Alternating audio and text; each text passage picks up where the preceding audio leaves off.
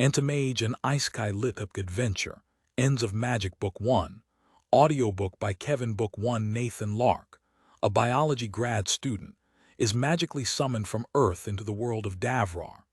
His summoner is Tial, an archmage who promises to teach Nathan magic in exchange for scientific knowledge. Nathan is excited at first, but his enthusiasm turns to horror as he realizes that Tial works for the Empire of Giants Rest, which enslaves lesser peoples and races. When Nathan refuses to cooperate, Tial threatens to mind control him, but Nathan accepts a magic resistance, talent, which has been offered to him due to Earth's lack of magic. He escapes from Tial's tower and into the wilderness, where he is found by a group of adventurers called the Giant Traders. They belong to the city of Gemor, which is opposed to Giants Rest, and agree to bring Nathan with them.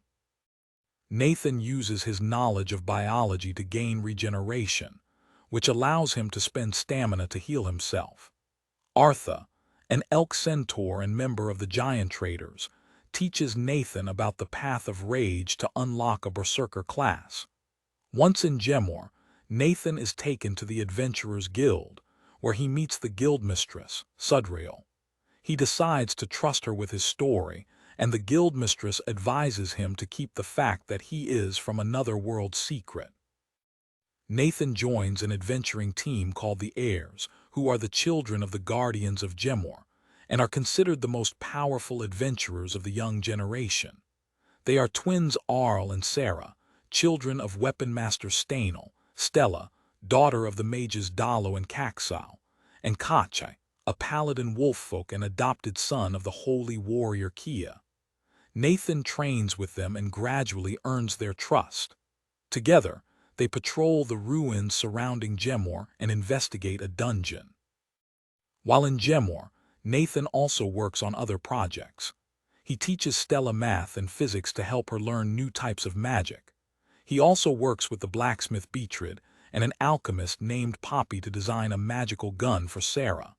He butts heads with Eldred, a greedy and domineering adventurer, as well as Simla, a young adventurer and self-professed traditionalist. The traditionalists oppose the reforms spearheaded by Guildmistress Sudriel that would dilute the power of the old adventuring families. On the night of Nathan's initiation to become an adventurer, he is told the tale of endings. He learns that the world of Davrar suffers cyclical apocalypses that destroy all civilizations, hence the dangerous ruins scattered everywhere. When it is Nathan's turn to swear the adventurer's oath, he is interrupted by Simla, who reveals that Nathan is not from Davrar and he shouldn't be allowed to join the guild. Nathan challenges Simla to a duel, where he bests him even after Simla tries to use a magical explosive, which is illegal in duels. Afterwards, Nathan swears not to simply defend Gemor, but to fight the endings themselves. Book 2, Back in Giants Rest, Tial is demoted after his dimensional research is deemed a failure. However, he senses his luck might be on the upswing when one of the founders of Giants Rest, Badud, teleports back to check in on his empire. Badud is a quester, an all-powerful and nearly immortal figure. Tial tells him about Nathan, piquing his interest. Back in Gemor, Nathan learned Slow Fall from Kia, which he gained by trading favors with the other guardians, in the hopes of eventually gaining the airwalking talent. The training in question involves being thrown off a mountain, but it works. As official adventurers, Nathan and the heirs travel around, completing missions for Gemor and the neighboring villages. They investigate a magical book spewing crystals and help fight back a patrol of orc legionaries from the Agman Empire. Things go awry when a magical anomaly ends up being a trap set by Tial, hoping to attract Nathan and whisk him back to Giants Rest. Most of the mages are killed, but Tial escapes and mentions Quester Badud's return. They return to Gemor with a student mage called Harthai as a prisoner. They talk to Sudriel, and with the knowledge that Giants Rest is actively hunting Nathan, she tells them to go into hiding. The guildmistress also says that if a quester has arrived in Giant's Rest, then one should arrive in Gemor soon to balance the scales, but they haven't seen one yet. The heirs head east, where there are no villages and a lower chance of being found. They survive in the wilderness for a while before another adventurer team, the Dust Eaters, contacts them. Their leader, Nornan, requests the heirs help to destroy a lair of ashblood cobras. The heirs agree and successfully kill the lair's matriarch, but Nornan is killed during the fight. They discover a massive dimensional storage full of water where the snakes were breeding. The heirs continue exploring, eventually disabling an Edrani stronghold full of magical constructs. Nathan develops his class to Implacable Antimage, which makes him resistant to mind magic while raging. Arl also loots an ancient set of enchanted power armor.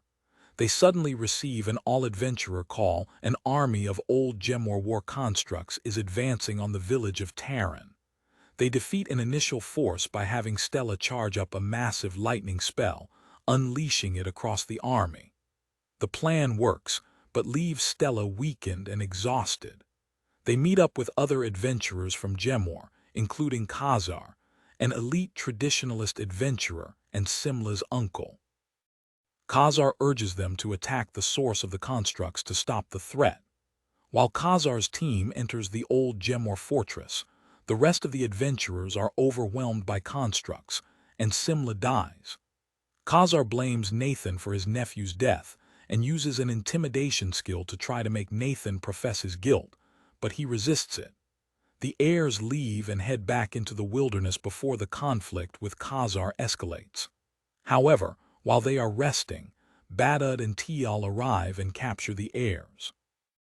Badud refuses to take Nathan, challenging Tial to do it himself. He encourages Nathan to grow strong enough to stop him, revealing that he hopes to find a challenge. Nathan resolves to rescue the heirs and runs all the way to Halsmet, the Giant's Rest city where Tial is keeping them. There he encounters Phaline, the shape-shifting assassin who helped him against Eldred in Gemor and encouraged to become strong enough to fight against Giant's Rest. She smuggles him through the city and takes him to Tial's estate.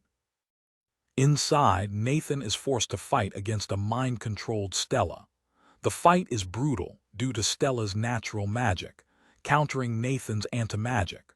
Ultimately, Nathan is able to use his anti-magic to destroy the spell in Stella's brain, developing magic absorption into aura of anti-magic. Tial tries to escape, but Stella disrupts his spell and Nathan kills him. Nathan rescues the rest of the heirs and Phaline leads them to her safe house. While his friends are recovering, Phaline asks Nathan to join her in the fight against Giant's Rest, promising him the insight into gaining a second class. Oceanoff, calm prologue weighty prophecies Brock's Thastus was having a good time. After all, he just won a battle. He'd saved a city that he was rather fond of, and now they were throwing a festival in his honor. Again, he looked up from the high table spread with what passed for delicacies in the city-state of Itonia. The grand hall was built with fluted columns and delicate tapestries, designed to impress supplicants. But right now the noise from 1,000 throats was mangling the carefully planned acoustics. This is probably more fun than anything that usually happens here. Dozens of partiers had their attention fixed on Brock's, gazes filled with various combinations of greed, lust, and worship. Brock's noted a few who showed stronger signs of lust. I can handle greed, but real worship is a turnoff. I am feeling a good orgy though. It'll help me feel properly victorious. But I gotta do the victory speech first. Brock's rose, picking up a gourd filled with shimmering liquid that was probably an ancient and priceless vintage made from one local fruit or another. The motion cut off whatever notable had been attempting to speak over the roar of the crowd. Brock's didn't recognize the man, but it wasn't like he kept track of the well-fed oligarchs who ran the city. Instead, Brock's raised his drink to the warriors who had likely never been allowed inside this building before. Siblings of Itonia, A roar greeted his words as the lithe warriors scattered throughout the room cheered. Many of them raised weapons towards the ceiling, reveling in their victory. I think this was the first battle for most of them. I envy them that. To confront your own mortality for the first time and survive the experience, it's never as intense as the first time. That thought spawned another one, and Brox's lips quirked as he looked over the crowd awaiting his next word. It shouldn't have been their first battle. They need to be more self-reliant. I know it's my turn on the Quester roster for Itonia, but I don't want to have to come save them every other year. And I'm not about to sit down and waste a decade training them up. It was with that thought in mind that he continued his speech. We have won a great victory today. Defeated the encroaching blight of the undead and smashed the source of that foul magic. It was an honor to fight by your side. I should count how many times I've said that phrase on Davrar, probably hundreds. The hall shook with cheers, but Brox held out a calming hand.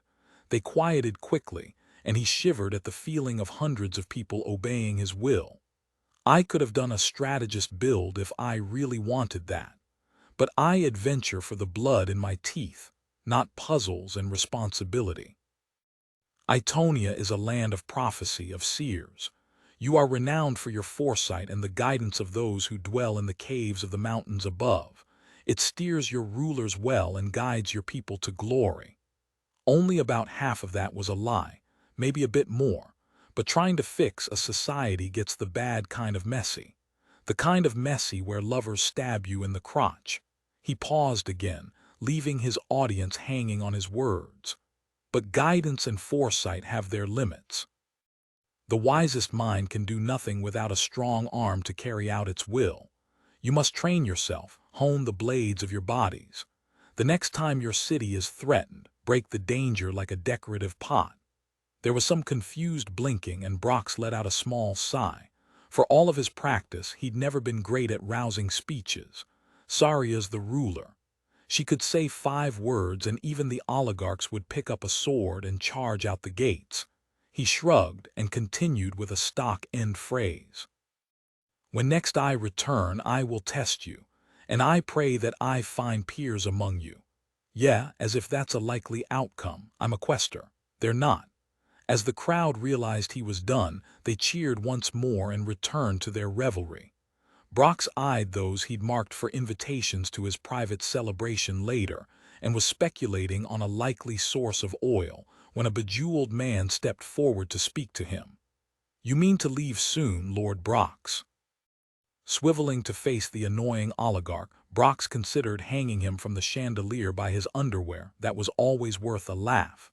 Then he paused to consider the question. It was time to consider his next move. I could go hang out with Saria. She's always ready for a tumble or at least some interesting missions. He pursed his lips, considering. That sounded so tame, and Saria's city-state of Kehona was so civilized. There was bound to be intrigue, maybe even some border skirmishes.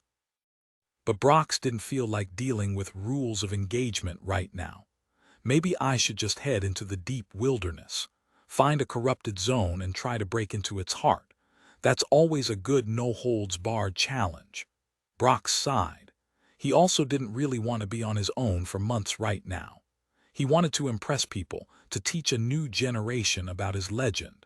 He thought over the other opportunities available. There's whatever's going on with Gemor, Badud's getting involved over there. Not sure I want to fight him again. He's a pervert who takes all of this far too seriously. Damned good mage, though. Too bad he never fights fair. We could have a grand time if only he didn't just focus on winning. The oligarch cleared his throat politely as if to remind Brox of his question. Brox refocused on the middle-aged man, a grin spreading across his face. I think I'll ask the seers about it. But first, it's time to give this hall a bit of decoration. A moment later, Brox admired his handiwork. The oligarch's red robes did go nicely with the brass chandelier he was dangling from. The crowd underneath the dangling man laughed at his outraged shouts and struggles. The other rulers of Itonia were already calling for one of the court mages to bring the influential man down, but they were doing it while trying to avoid Brox's attention. The quester just laughed, shaking his head before asking a servant to fetch some oil and catching the eye of the first of his conquests for the evening. Around noon the next day, Brox trudged up the narrow path that led to the cave of the seers. He could have ascended the path much more quickly, but there were folk traditions surrounding the journey. Supposedly, one needed to be observed walking humbly up the path in order to gain a favorable interpretation of the future. I know that's stalker shit. But it's nice to get some air after last night. Brox smiled to himself. The siblings of Itonia may not be wondrous warriors, but they certainly had some experience with lovemaking, and he'd chosen his bedmates carefully.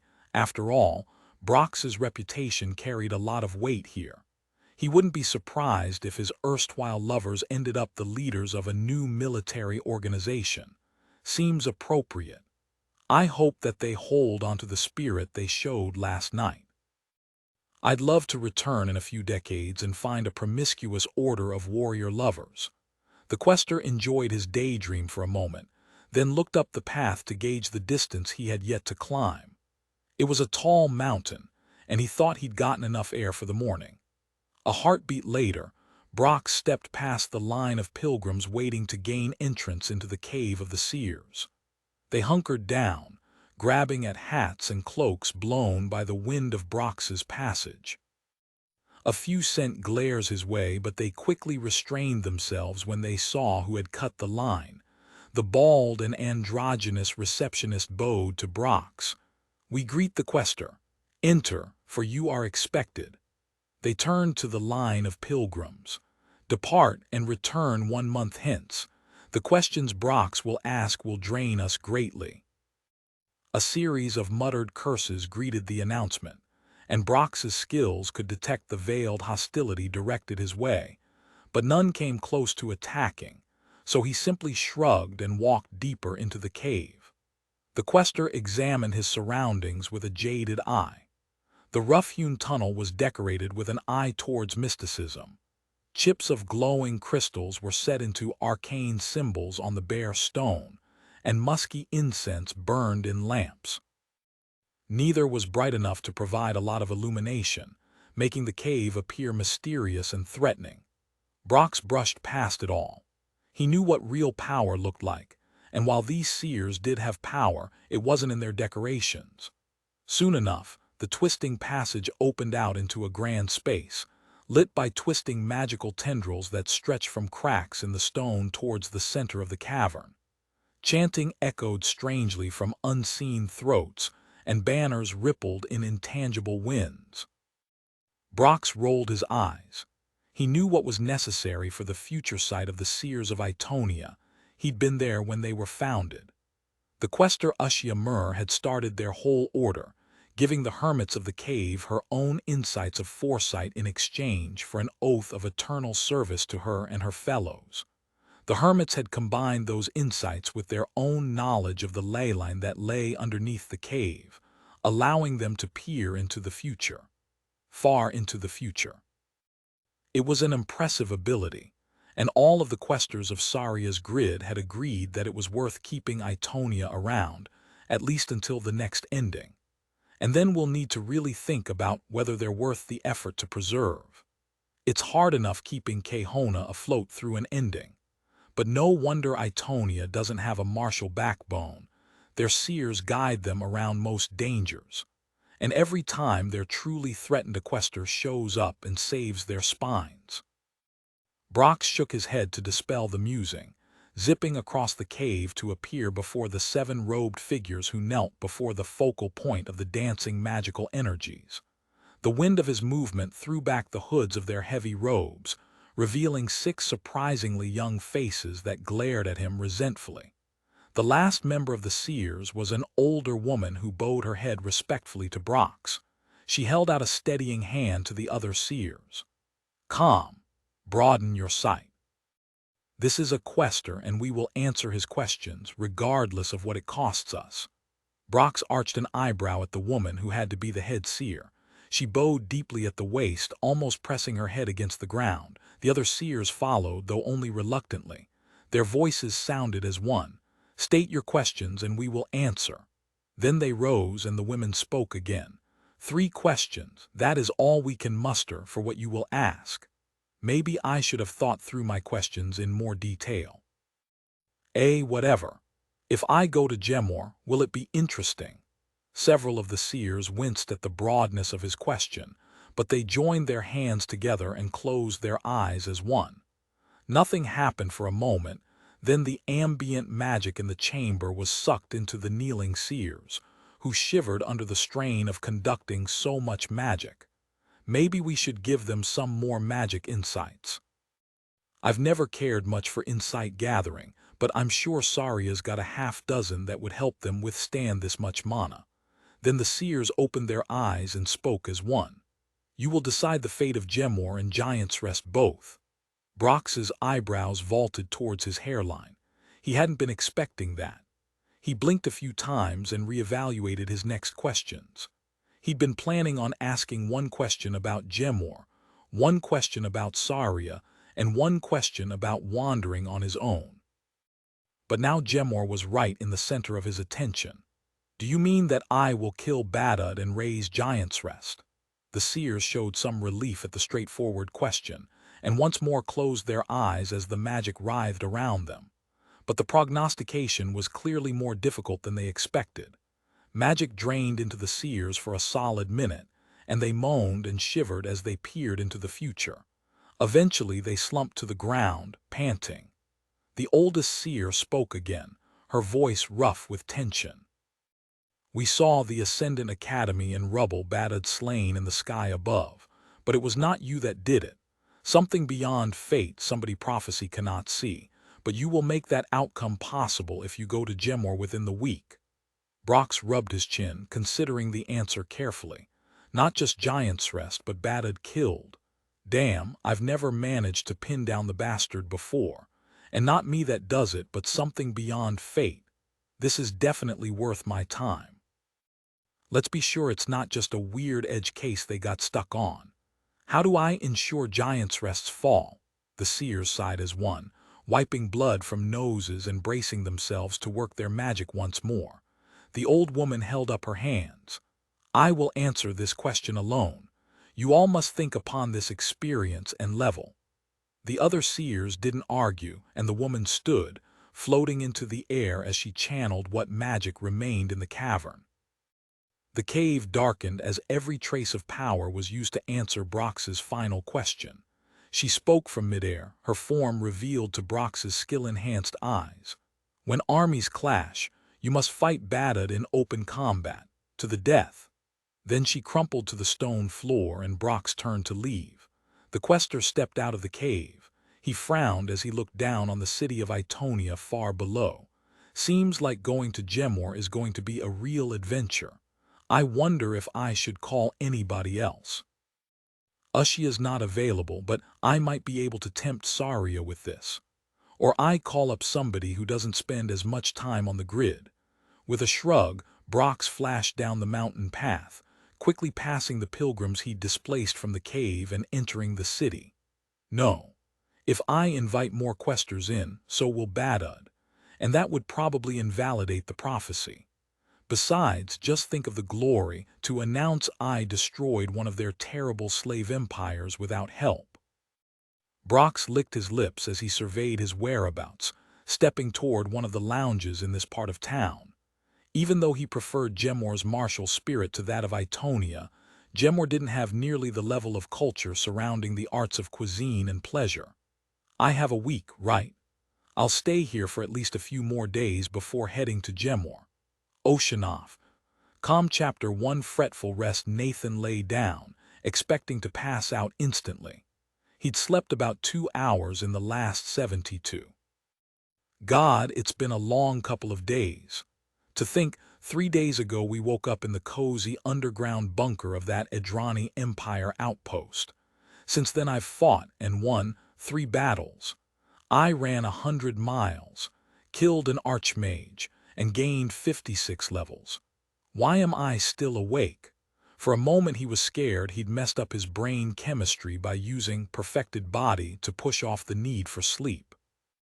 But a second of introspection revealed that wasn't the problem. He was exhausted, bone-tired, and past the point where adrenaline or stress could keep him awake. No, what was bothering Nathan was the contemplation of murder. After all, he'd killed people for the first time today. He'd slain the slave soldiers guarding the gate to Tial's mansion, then broken through and killed the Archmage himself. Nathan had reconciled with his desire to kill Tial a long time ago. The man had needed to be killed to prevent him from doing any more harm. It was as simple as that.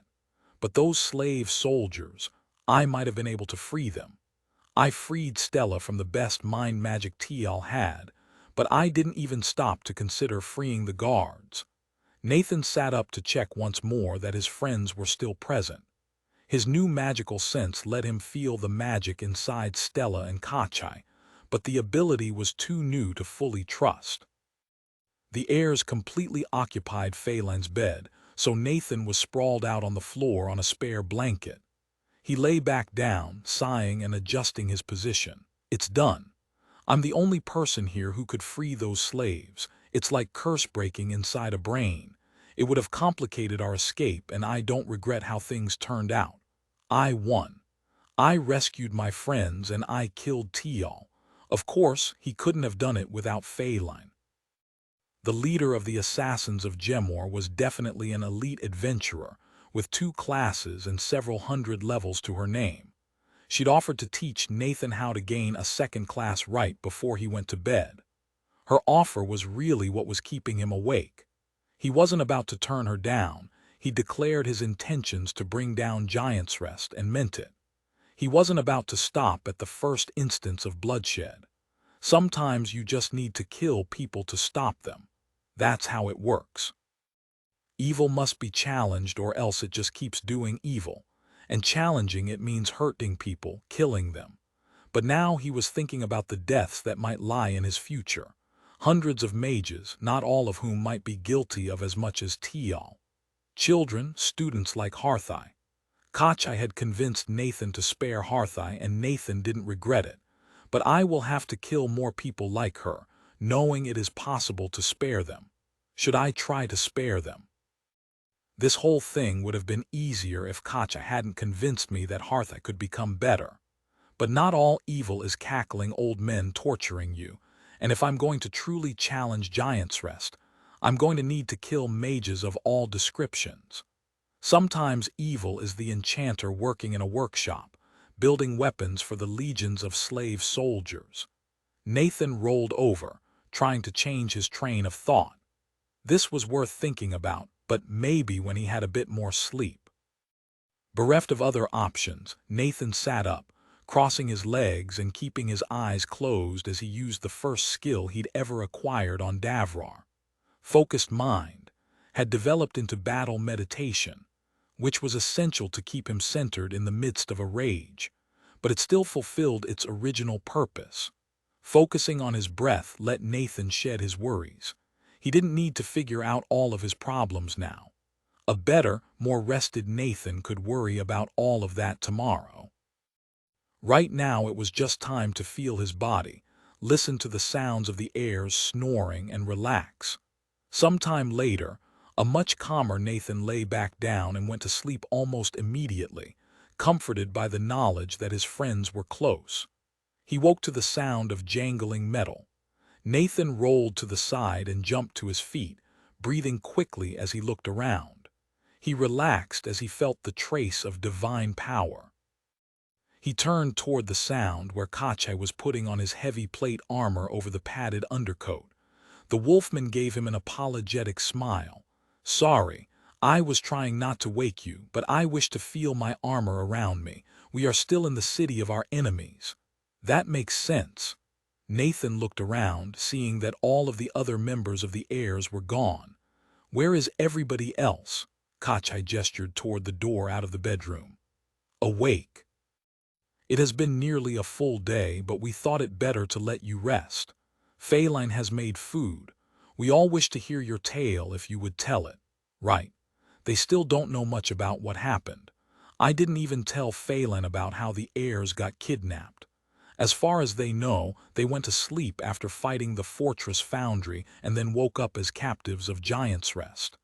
Nathan winced at that thought but shrugged it off. They'd hear the story soon, and he doubted they'd fault him for failing to take on Badad and Tial. He examined his own clothing, the baggy slave robes Phelan had given them yesterday after escaping Tial's mansion. It was more like a big bathrobe of coarse cloth, with multiple fabric strips for belting various portions of the outfit tighter to his body. A pile of clothing hit Nathan in the chest, and he looked up to see Kache closing a dimensional bag. "We have all of our gear, including at least a few sets of spare clothes for you." His canine mouth quirked in a grin. "It's one of our largest consumables. Sarah can make ammunition. My magic means we don't need healing potions, and Stella doesn't need mana potions. But you seem to end up naked after every fight." Grinning back, Nathan started pulling on the new clothes. They weren't especially high quality, but they were comfortable and familiar. "Not my fault that I keep getting blown up." Koch gave him a meaningful look. "Really? You have a habit of baiting the castle bear. It is lucky that you can survive nearly anything. And you shine brightly enough in that armor, it's a wonder I get attacked at all." Nathan's tone was teasing, keeping the conversation light. "I think he needs to pretend everything is normal. I need it too." "Ah yes, but I remain in the rear, unthreatening. You charge every threat you see, then try to punch it." The corner of Nathan's mouth twisted up. "I should tell you about the Kali's conclave tower I ran into on the way here." Kache made a sound halfway between a chuckle and a growl as he fastened the last strap on his armor and pushed the door open. "You can tell all of us. I would not deny my teammates a story of Nathan Lark charging at a magical danger that would make any other adventurer hesitate to even approach." The smell of food drifted through the door, and Nathan realized he was ravenous. He followed Kache into the only other room in Phelan's safe house. The rest of the heirs were seated around the sole table in the room. As Nathan came through the door, Arl quickly stowed the sabers he'd been polishing. Then the wiry copper-skinned man got up and gestured for Nathan to take his seat. Nodding his thanks to his friend, Nathan sat down and looked around the table. Sarah was to his left, cleaning the internals of her revolvers. She was Arl's twin, sharing his wiry build and reddish-brown skin tone.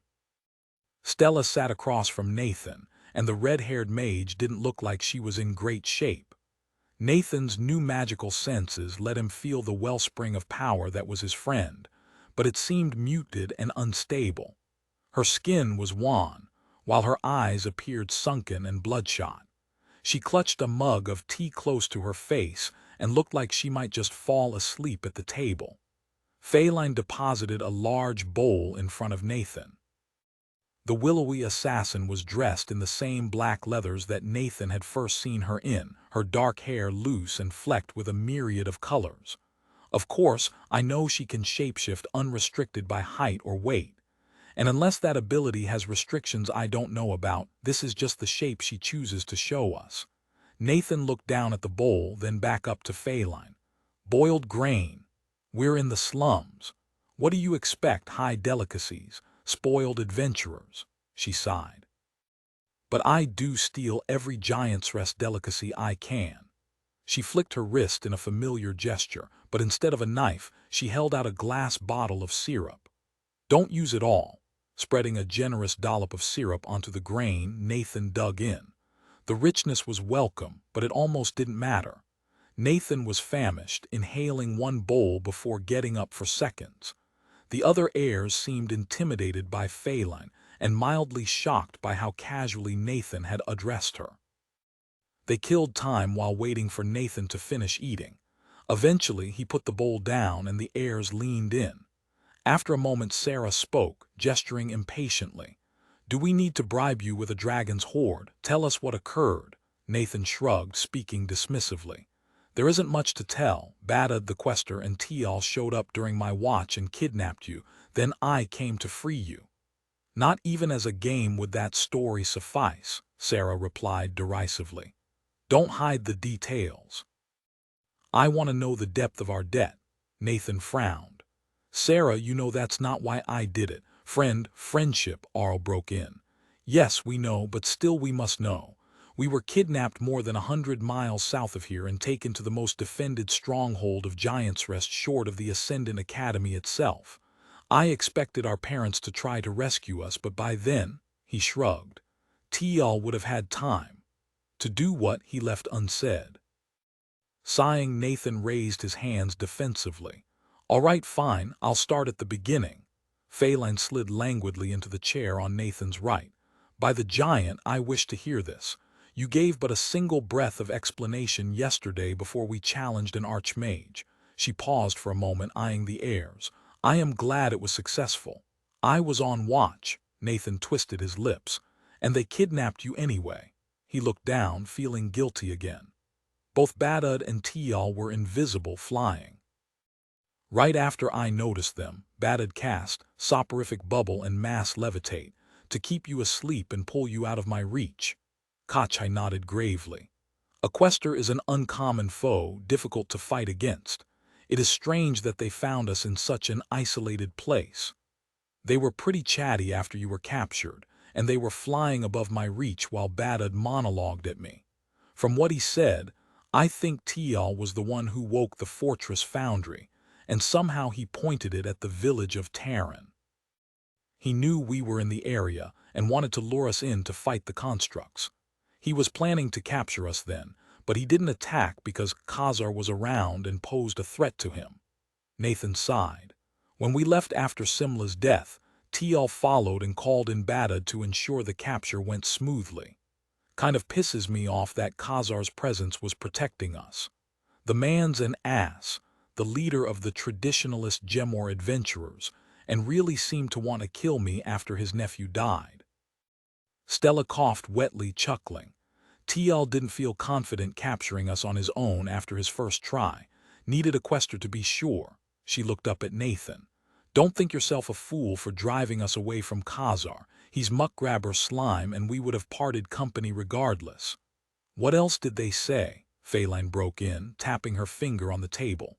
You said earlier that Badud called you a rival. Nathan grimaced. He said that if I defeated Towel, then he'd consider me a rival. But I think he expected it to take longer. The direct quote is, become a dragon, Nathan Lark. It has been too long since I had a hated rival. I'm not sure I'm ready to be a rival to a quester. There was a moment of silence, then Arl gave a low chuckle.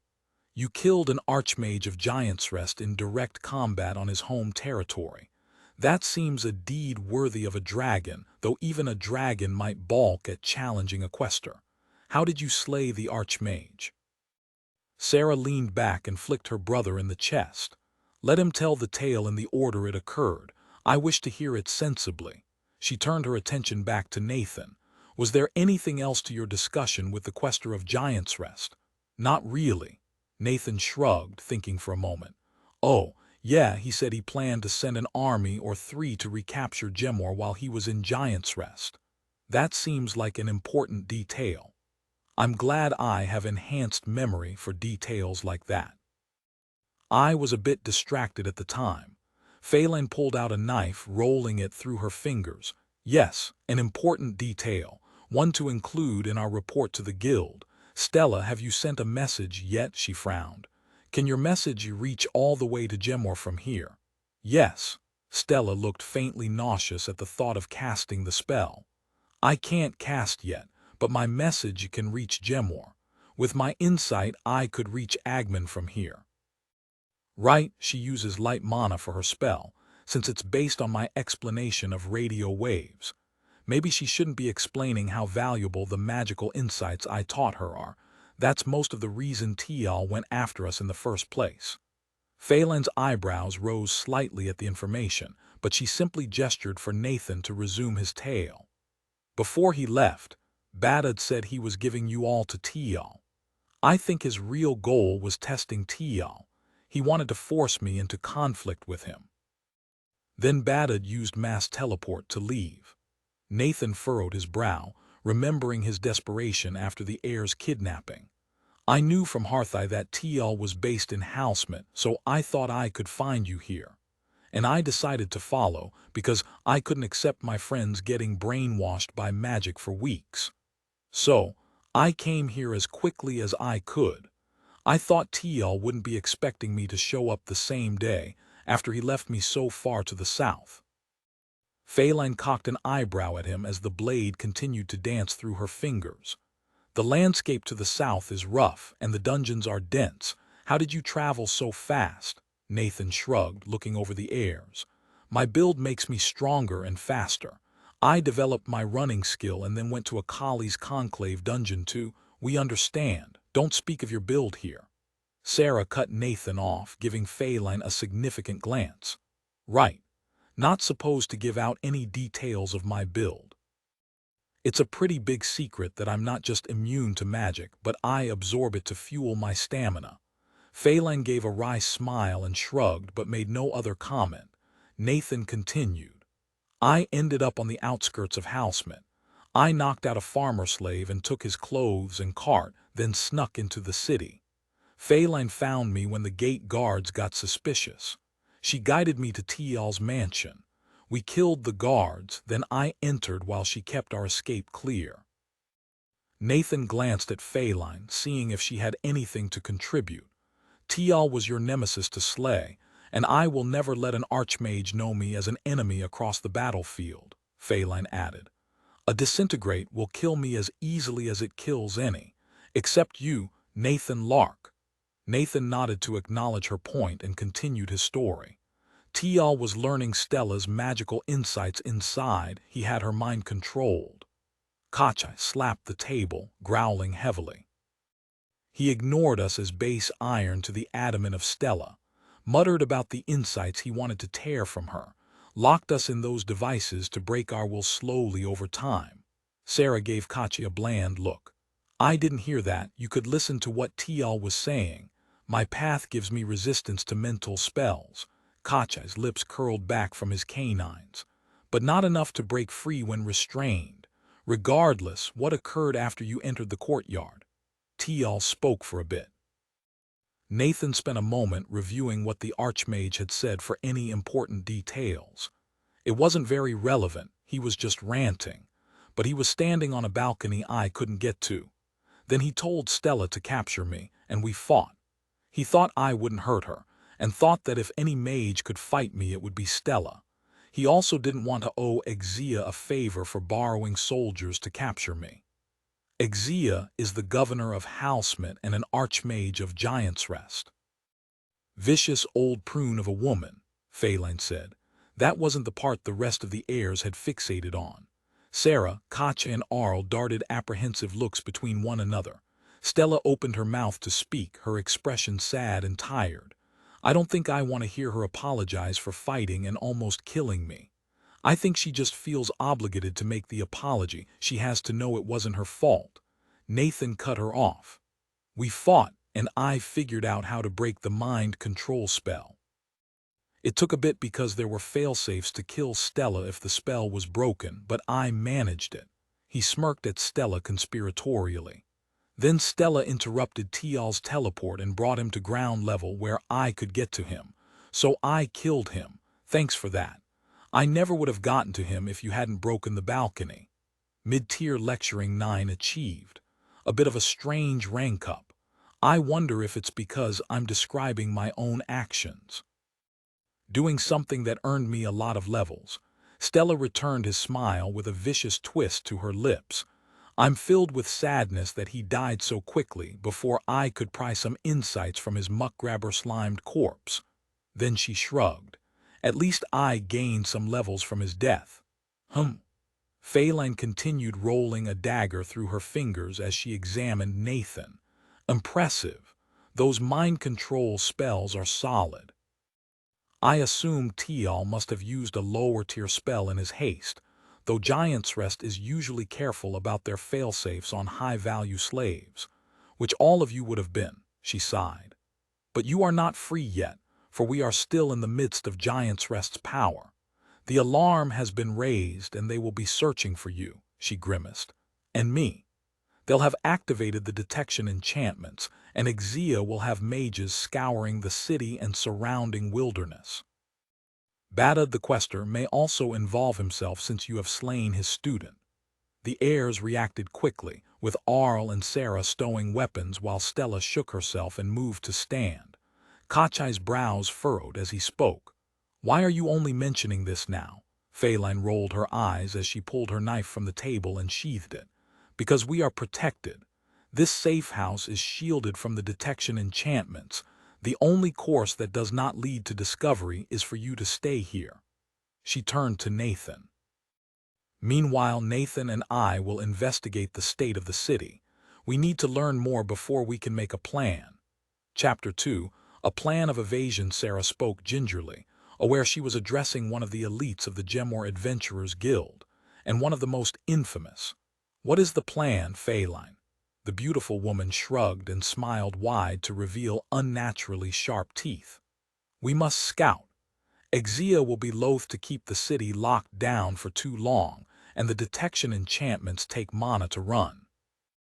They cannot use them forever, for they drain the marks of every mage in Giant's Rest. They also expose embarrassing secrets." She snorted slightly. "Half the mages of Housemid are probably trying to hide undeclared children or unrecorded slaves as we speak." Her expression firmed, and she pinned the heirs with a look, sweeping her gaze to encompass them all. "Those enchantments will track any inside the city who is not marked as a graduate of the Ascendant Academy. It can filter out those who have an authorized slave collar or correct mental magic. If you step outside, you will lead them here, and you will have to fight the mobilized might of Housemid. If that happens, I will not save you, for that would lead to my death or capture." The assassin walked over to the corner where Tial's body lay. "I did have Kachai grab the corpse as we ran.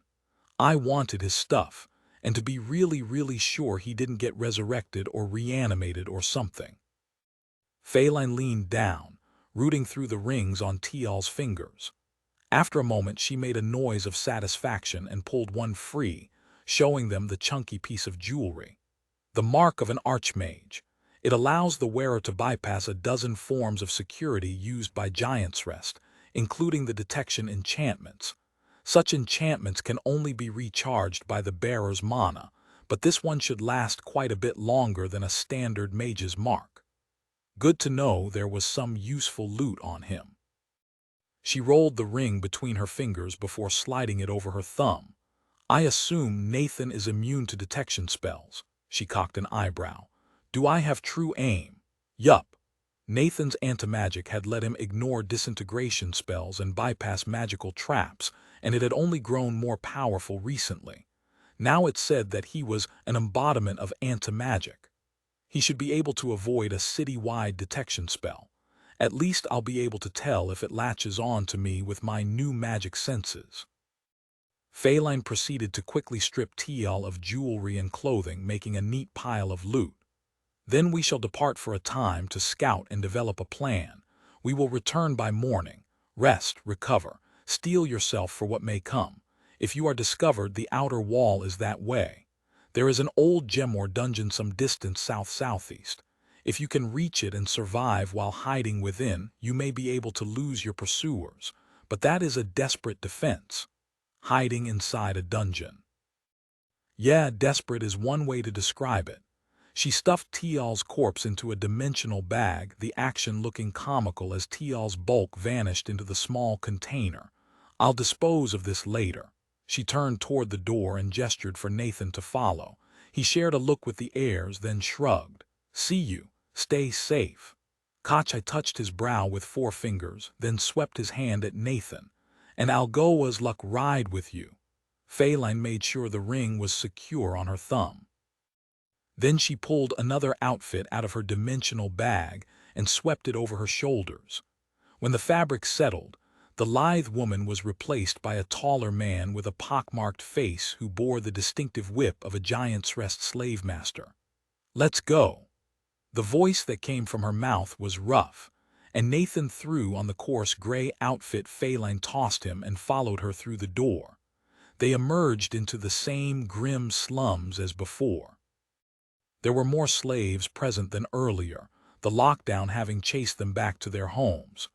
They were mostly occupied with mundane tasks, doing laundry and cooking with a constant but desultory pace that indicated a directive to survive, not the desire to live. Feline strode quickly away from the safe house, speaking quickly. "We check the gates. Keep yourself hidden. If I snap my fingers twice like this, then attack. If we must fight, kill quickly and move quickly. We will need to create smoke and blood. They know we're in the city, but we must avoid being marked and tracked." A man, a slave, stepped out of a doorway and tossed a bucket of filth into the street at their feet. Nathan dodged around it and looked quickly at Feline, who followed his gaze to the witness. He definitely overheard her. She shook her head. "My skills will hide our conversation from casual eavesdropping, especially from befuddled slaves." Nathan licked his dry lips. "You told the heirs we would be focusing on escape. That's not what you suggested last night." Feline turned back towards him, and her disguised eyes met his, dark and foreboding. "We will seek to aid their escape, but if I am to teach you the insight of a second class, you will stay here with me. While we scout and wait out the lockdown, we will hunt." She waved her hand vaguely.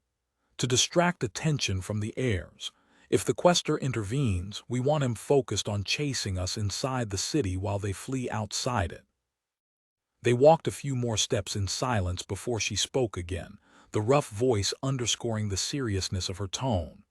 "Regardless of your intentions, do not speak of the insight of the second class to the heirs. It is an insight few can accomplish, and better adventurers than they have lost their paths trying to grasp it. But you think I can learn it?" The cruel smile was audible in her voice. "I do. They have suffered, but their own paths are as of yet unbent by Giant's Rest's cruelty. But you are open to the insight of paths, and its implications. People have mentioned paths before. Arthur told me that he was teaching me the path of rage, and it seems like another word for your build. Or maybe the philosophy behind your build that seems more like how Kia used the word." Nathan remained silent, waiting for Feline to continue. After a moment, she did. "The first layer of the insight of paths is common, and variations of it are known to many. To level quickly, and indeed to level at all past 500, it is necessary to understand your own path and act according to it." Feline held out her hand to gesture Nathan to stop. She carefully looked around the corner of a narrow alley that led to the main thoroughfare before quickly pulling back. Her pocked face grimaced. "Mage-led patrol. They mean to question any they find. We will have to avoid them." She looked at Nathan, considering. "You have no stealth skills, do you?" He shook his head. "I thought about picking one up, but it's hard to drop a utility skill once you've developed it. There's one or two I could drop if I need to." Feline shook her head firmly. "Do not if they are useful to your fight. We will gain you your second class tonight, and then you will secure more utility skills." She pursed her lips and set off in a new direction through the maze-like slums. "Noticeability, to be sure. Lockpicking. Any stealth skills you are capable of. Wait, tonight. The day's half over already. And more utility skills. That's exciting. Good to have confirmation on that." The assassin cocked an eyebrow in his direction but kept speaking.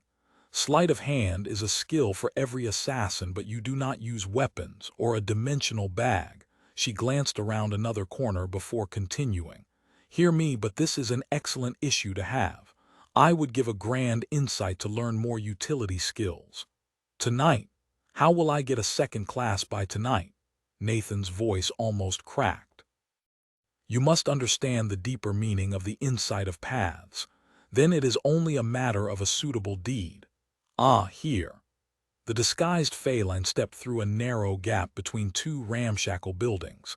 Nathan followed, having difficulty squeezing through the opening. "I can probably use perfected body to help me out with obstacles like a tight passage. It's not fast, it's not shape-shifting, but it can make meaningful differences to my body over time. Even if it's best suited to things like increasing muscle density and bone strength, and still limited to things that are physically possible with normal biology. For now." Shaking aside the distraction, Nathan emerged from the slums to find himself only feet away from the outer wall. The ramshackle buildings were built up almost to the side of the barrier, and a narrow path ran along the wall's base. Feline was craning her neck to see atop the tall stone barrier, and Nathan followed her gaze. The walkway at the top was covered with guards. There seemed to be a slave soldier stationed every 10 feet. Most were keeping watch out of the city, but every fourth faced inwards. Nobody else was approaching the wall, but Nathan watched as the nearest slave's eyes panned right over them as if they weren't there. Harpy's tits. Full stand too. No places without direct observation. Feline spun to face Nathan with a playful smile. But that means lighter interior defenses, especially in the upper quarter. Next is the gatehouse. Follow, but stay back. They skulked along the base of the wall, hiding in its shadow. Above them, slave masters and mages patrolled the top of the wall, keeping an eye on the slaves and looking out for oddities. Nathan tried to follow Phaline's movements as she smoothly passed by dozens of watchful eyes. She wasn't flitting from shadow to shadow, but instead keeping a constant pace that tacked along lines of shadow and behind sight blockers. I know she has some stealth skills that can beat my own notice. I have to be benefiting from them right now somehow. If I can take more utility skills soon, maybe I should watch what she does and try to figure out how it works. A stealth skill sounds useful, she mentioned noticeability. They approached the gatehouse. Nathan hung back, stepping around a corner of an alley and waiting while Feline scouted ahead. She came back with that same grimly satisfied expression. Guarded tighter than a giant's nutsack. Again, fewer guards elsewhere. They don't want us getting out of this city. It's a noose. She guided him back into the slums that bordered the wall. After they were out of sight of the watchers, Feline resumed lecturing. Your path is the source of your class and is shaped by how you develop it. At first, paths are broad. A path can be about fighting or bare-knuckle brawling. Then they become more specific as more specific class skills are developed. Raging for vengeance. Fighting against ancient dungeons with wit and guile. The way to level is to accomplish deeds aligned with your path. She stopped in a side street, watching Nathan to see if he understood. This is the first insight of paths. As an adventurer gains in level, their path becomes narrower. If they accomplish the correct deed, they will level just as much at a higher level as they did at lower levels, often more, as they are capable of greater things. She held up 2 fingers to signify a point. But it becomes more difficult to find suitable goals. To reach a high level, you must choose your developments for how they shape your path and your actions to follow. If you reach level 500 as a dragon slayer, but you have slain all of the dragons, then your path is at an end. The pockmarked face nodded to Nathan. If you are dedicated to fighting mages and you slay a siege boar, you will not be rewarded with many levels. If you slay an archmage, on the other hand, that makes a lot of sense. It also explains my leveling. I get more every time I break a magical construct or kill a mage. My path is about loud, bare-knuckled brawling, breaking magical constructs and the mages behind them. Nathan thought about the implications for a second. This seems like a critical insight that everybody could use. Why wasn't it taught to us earlier? It would have been a pretty valuable consideration on my last class development. I wonder if the heirs knew. This insight is not widely agreed upon or especially well known. Feline shrugged, then turned to proceed farther into the city. This is my version, but many elite adventurers have their own interpretation. Some believe that more specialized paths award more levels, while others believe that it is inconsequential, and choosing developments for anything but immediate power will get you killed. She was silent for a moment. The guardians follow the latter understanding. They have not told their children of the insight of paths in nearly any form. She paused. Barring Kia. I believe Kacha knows some version, but Kia has warned him against mentioning it to any others. Kia holds many powerful insights and is wary of their spread. She knows a lot of history. What does that mean? They walked in silence as Nathan thought through the implications of what Phelan had said. This sounds like a superstition. I doubt there's been a randomized controlled trial to test the insight of paths. No wonder people believe different versions or believe the effect isn't strong. Struck by another thought, Nathan asked a question. Is the same true for utility skills and talent developments? If I develop a talent to be broader in scope, will it rank up more easily? Phelan shot an amused look back at him. Brightness shines from your eyes. I believe so, but I also hold that broader paths require more powerful insights to develop. A broad talent may rank up quickly, but it requires a grand insight to develop, and a smaller insight will make it more specialized and less useful. It is a balance. They again walked in silence for a time, dodging past a series of collared slaves working on repairing their crudely built homes. Nathan knew they couldn't hear him, but he still restrained himself while they were so close. Those repairs look long overdue. I bet they're only able to work on it now because of the lockdown. Nathan was about to ask more questions, but Phelan held up a silencing hand. We are soon to enter the inner city. Keep your head down, make no moves unless I give the signal. Phelan led Nathan out into the streets, weaving past several patrols that didn't give them a second glance, likely due to her skills. She was taking them on a circuitous path that didn't seem to be approaching the inner city. A few times they came into view of the guarded entrances, but then they turned back immediately and for no apparent reason. I'm already trusting her a lot. She backed me against Tial. She has a plan and just hasn't seen fit to inform me yet. As they walked, Nathan felt magic pulse across the city in an intangible wave that washed through streets and buildings alike. The parts of the complex spell that approached Nathan fizzled out and vanished an inch away from his skin. His stamina ticked up a few points. Seems like the detection enchantment. Not powerful locally, but over an entire city it's got some serious juice. Pretty complex to boot. I wonder if humans can cast spells like that or if you need a huge enchantment for it. Probably I know of spells like Earthquake. Phelan gave no sign she'd noticed, and they continued to walk calmly along the streets, surreptitiously dodging patrols. The pulse came again and then again. It wasn't entirely predictable, but seemed to happen approximately every half hour. With nothing better to do, Nathan started anticipating the activation of the detection enchantment, trying to understand it better, as well as pinpoint the source. He didn't get anything better than in the center of the city, but did catch the spell interacting with Tial's ring. The wave of magic wrapped around Phelan like cling wrap for a moment.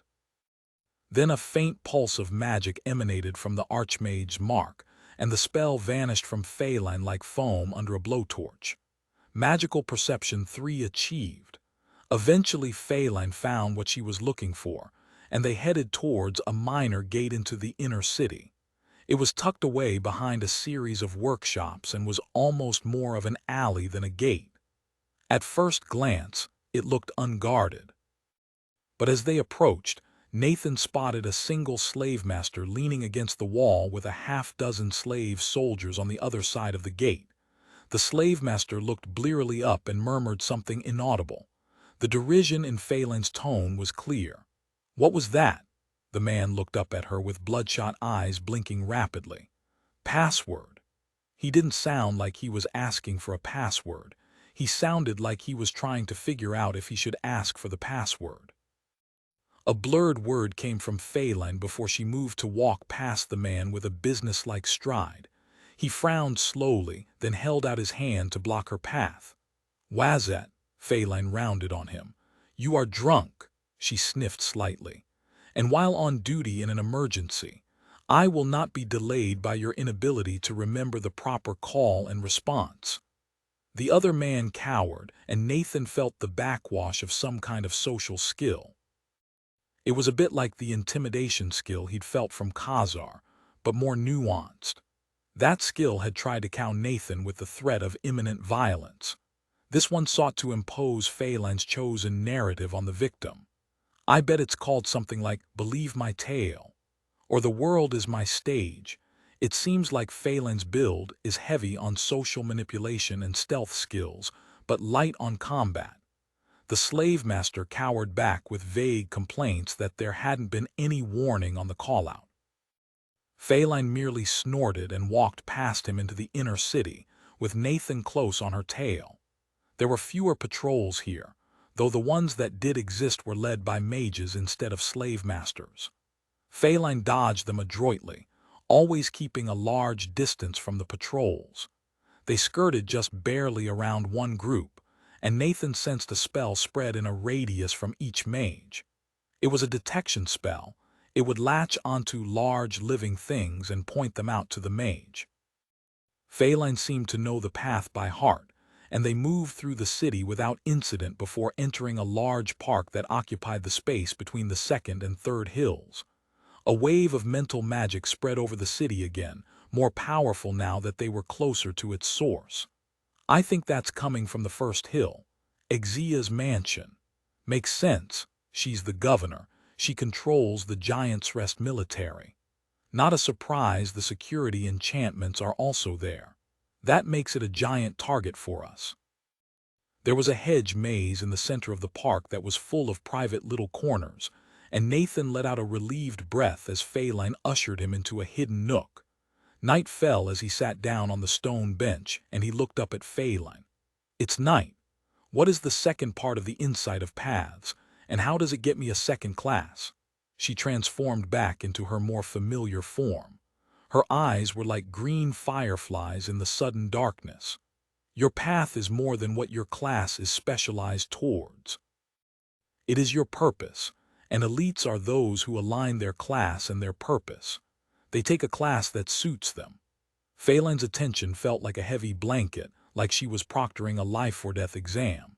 Tell me, Nathan Lark, what is your purpose on Davrar? What do you seek to accomplish?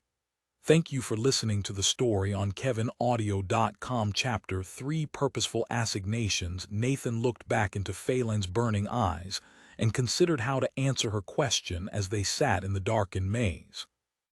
He took his time. What is my purpose? I want to protect people. Nathan spread his hands wide. There are so many threats on Davrar. Giant's Rest is evil, and they use the worst magics to facilitate their empire. Phelan nodded but didn't say anything. She was waiting for more. But there are also all of the innate dangers of Davrar, Nathan continued. Monsters, dungeons, endings. The worst of those are magical, so I am uniquely positioned to fight them. I want to ensure people can be happy, healthy, and safe. That's something I want for myself as well, for my friends, the heirs, and otherwise. Phelan tilted her head, her eyes glowing in the darkness. They bore into Nathan as she evaluated his answer. It felt like she was judging Nathan and every action he'd taken since he'd come to Davrar. She nodded. Perfect. The black-clad assassin sat down on the stone bench next to him. That purpose, your path, suits your class well. A denial of magic and an unstoppable rage against that which would harm. Her hips touched his, and Nathan became quite aware of how close Phelan was. I'd be more excited about that if I wasn't so wary of her. Remember Stanel's warnings.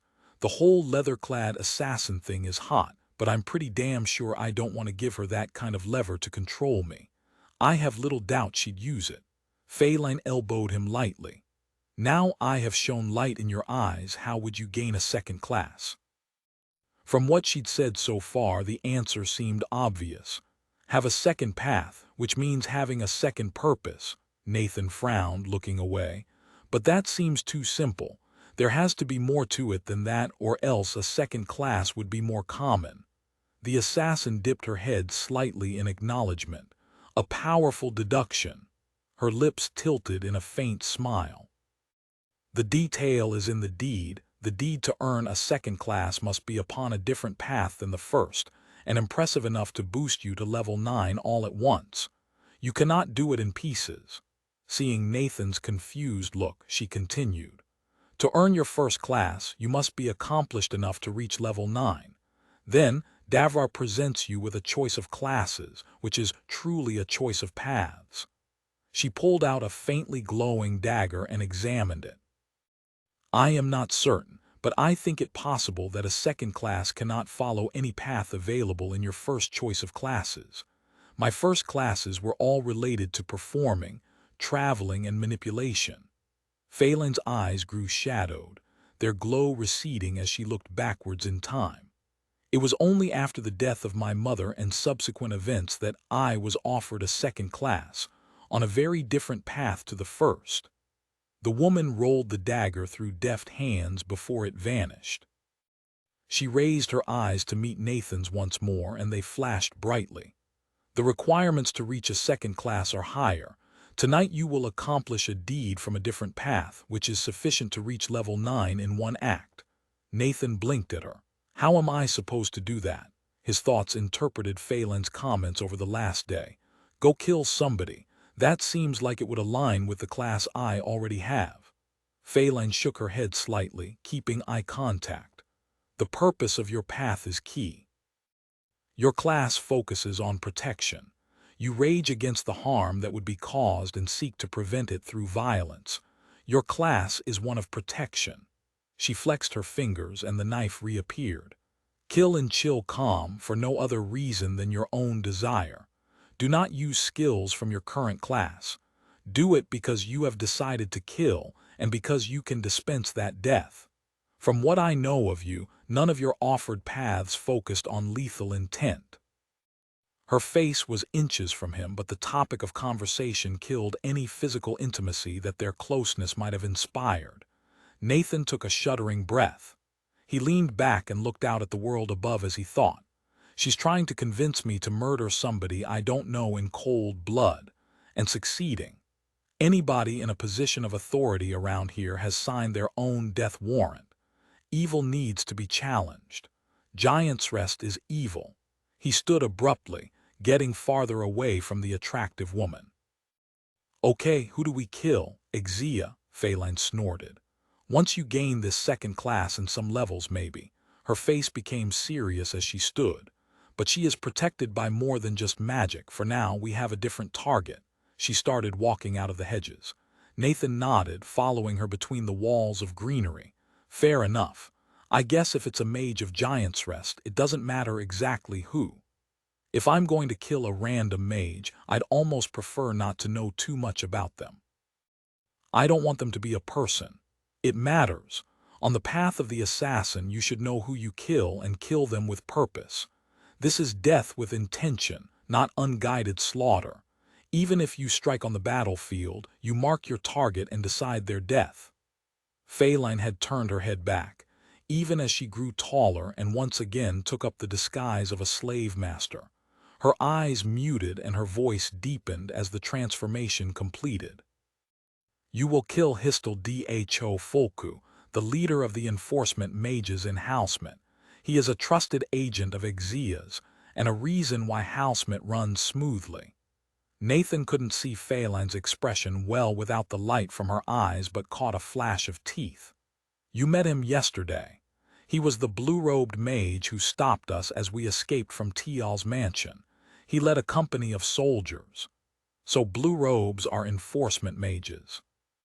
If Histel's part of the power structure propping up this hellhole of a city, then I don't have a problem killing him. He has 2 wives he treats well, and several children he is preparing to send to the academy when they are old enough. He owns few guards, relying on powerful enchantments for security. Why did she tell me that? Not like it changes anything that he has a family.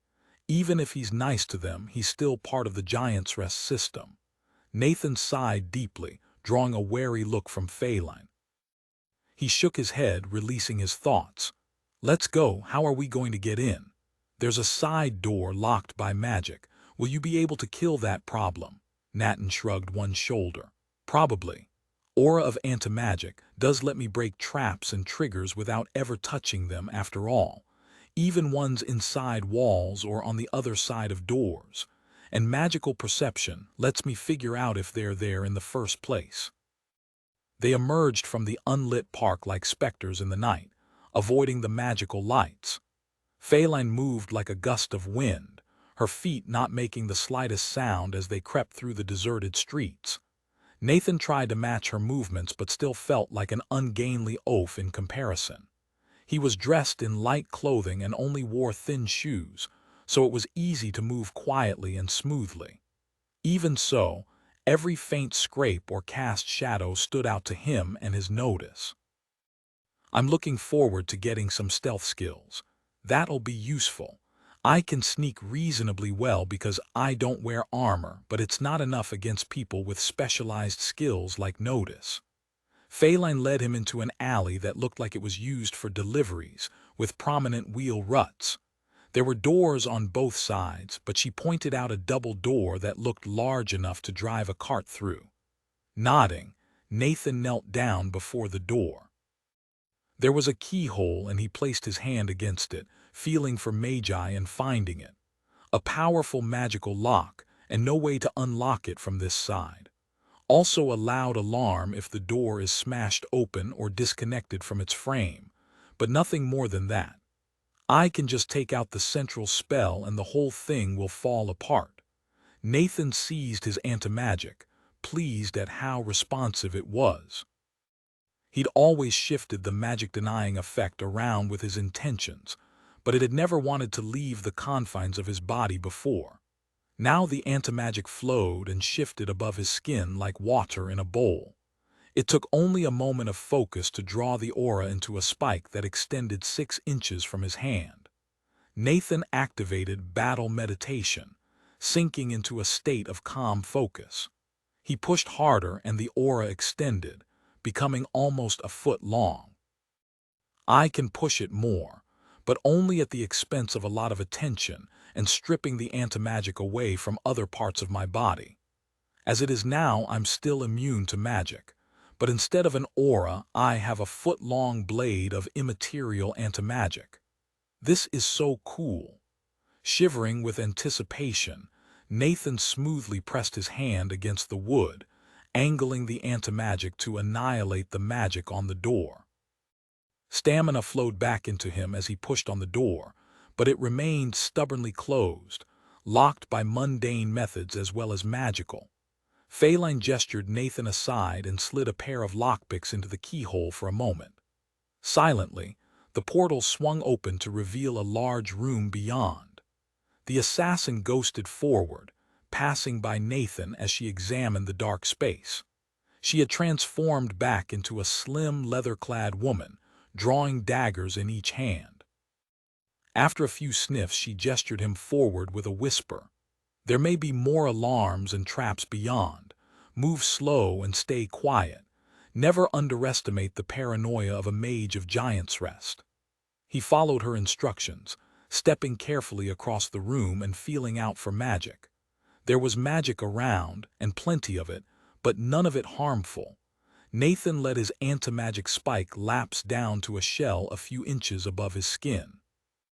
Instead, he focused on expanding his magical senses as far as they would go. His attention was caught by a concentration of ice mana on the far side of the room, but a second's probing revealed it was just a magical freezer. Just past it was a kitchen replete with more enchantments, but they mostly appeared to be for cooking. There were no traps that he could sense. Nonetheless, Nathan moved slowly, relying on notice to help him pick up anything that stood out. Everything stands out. You're walking through a magical kitchen, sensing all of the magic that keeps it running. This place is loaded with magic, a magical oven, some kind of magical stirring contraption, a few enchanted locked cabinets. Wonder if there are expensive spices in there. No, none of this is what I'm here for. Nathan was so caught up examining the magic of the kitchen with his skills, he barely avoided tripping over somebody sleeping on a thin pad in the doorway out of the kitchen. He gently stepped over the still form and looked into the corridor beyond. Just a few feet away was a narrow stairwell that climbed towards the second floor. Struck by a sudden thought, Nathan turned back towards the sleeping slave, likely the cook. I could probably break the mind magic on her, like I did with Stella. Feline had followed closely behind him, and she bent down to check that the figure was really asleep. Her blade was positioned to plunge into the cook's throat. Upon seeing Nathan's glance, she narrowed her eyes and gestured up the staircase. Nathan tilted his head to indicate the woman, and Feline shook her head firmly. She pointed down the corridor next to the stairwell. Nathan turned to follow her finger and saw a soldier standing guard. He had his back toward them, standing guard in the center of the grand entrance foyer into the well-appointed home. Adrenaline flushed through Nathan's body at the sight of a foe, and he walked quickly over to the base of the staircase to break the line of sight. His steps were quiet on the stone floor, and he started up the staircase. Breaking the magic on her would definitely be a risk right now. Just waking her up might alert that guard. It was only thanks to notice and battle meditation that Nathan noticed the magical tripwire before he blundered into it. It was a very faint wire at thigh height, and even dispelling the wire would have caused the recipient enchantment to trigger. There are so many enchantments here. I think the floors are enchanted to be clean and warm. The metal banister is enchanted to prevent patination, and there are dormant light enchantments everywhere. Nathan stopped still, taking a calming breath and pushing away his adrenaline and the rage that was never far behind. Then he set to work following the faint tripwires back to their source. High tier notice 6 achieved. It was really quite amazing. There was a secondary and tertiary series of spells that would detect if the primary alarm was tampered with, each setting off a different tier of response. The tripwire alone would trigger an alarm and a paralysis spell. The second would wrap the trespasser in electrified chains. The third spell was extremely aggressive. Following that thread drew Nathan's attention to a series of explosive runes buried underneath the stairs that blended into the heating enchantments. If somebody managed to disarm the first 2 traps but set off the third, there wouldn't be a staircase anymore. Nathan was tempted to just jump over the tripwire, but there was a series of them farther up the stairs that would require a contortionist's skill to navigate. So he disabled the traps in reverse, stabbing his anti-magic into the stone wall to disable the connections of the third trap, then moving onto the second where it was hidden behind a painting, before disabling the tripwires themselves with a casual flick at the central nexus hidden in the carpet. He shivered at the rush of stamina, feeling it exceed his cap and making him jittery. Move calmly. We're not done with this yet.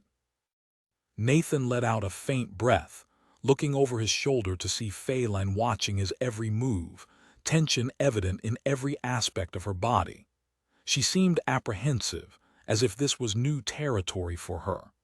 I suppose disabling traps like this is outside her skill set.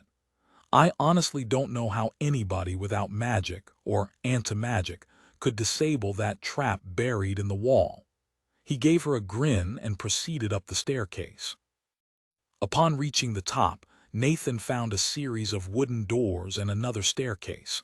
There was also another guard pivoting their heads sleepily back and forth. They were looking towards the other staircase when Nathan saw them. Their helmeted heads started turning back towards him, and Nathan ducked down quickly. He turned back to his companion and held up one finger, mouthing, "1." Feline nodded, crouching low and beckoning for him to follow. She slid forward silently, the iridescent streaks in her hair dimming to a black curtain that blended into the dark house. The assassin's head peeked above the stair, and she waited for a heartbeat before springing forward. Nathan followed, barely managing to keep his feet from hammering into the stairs.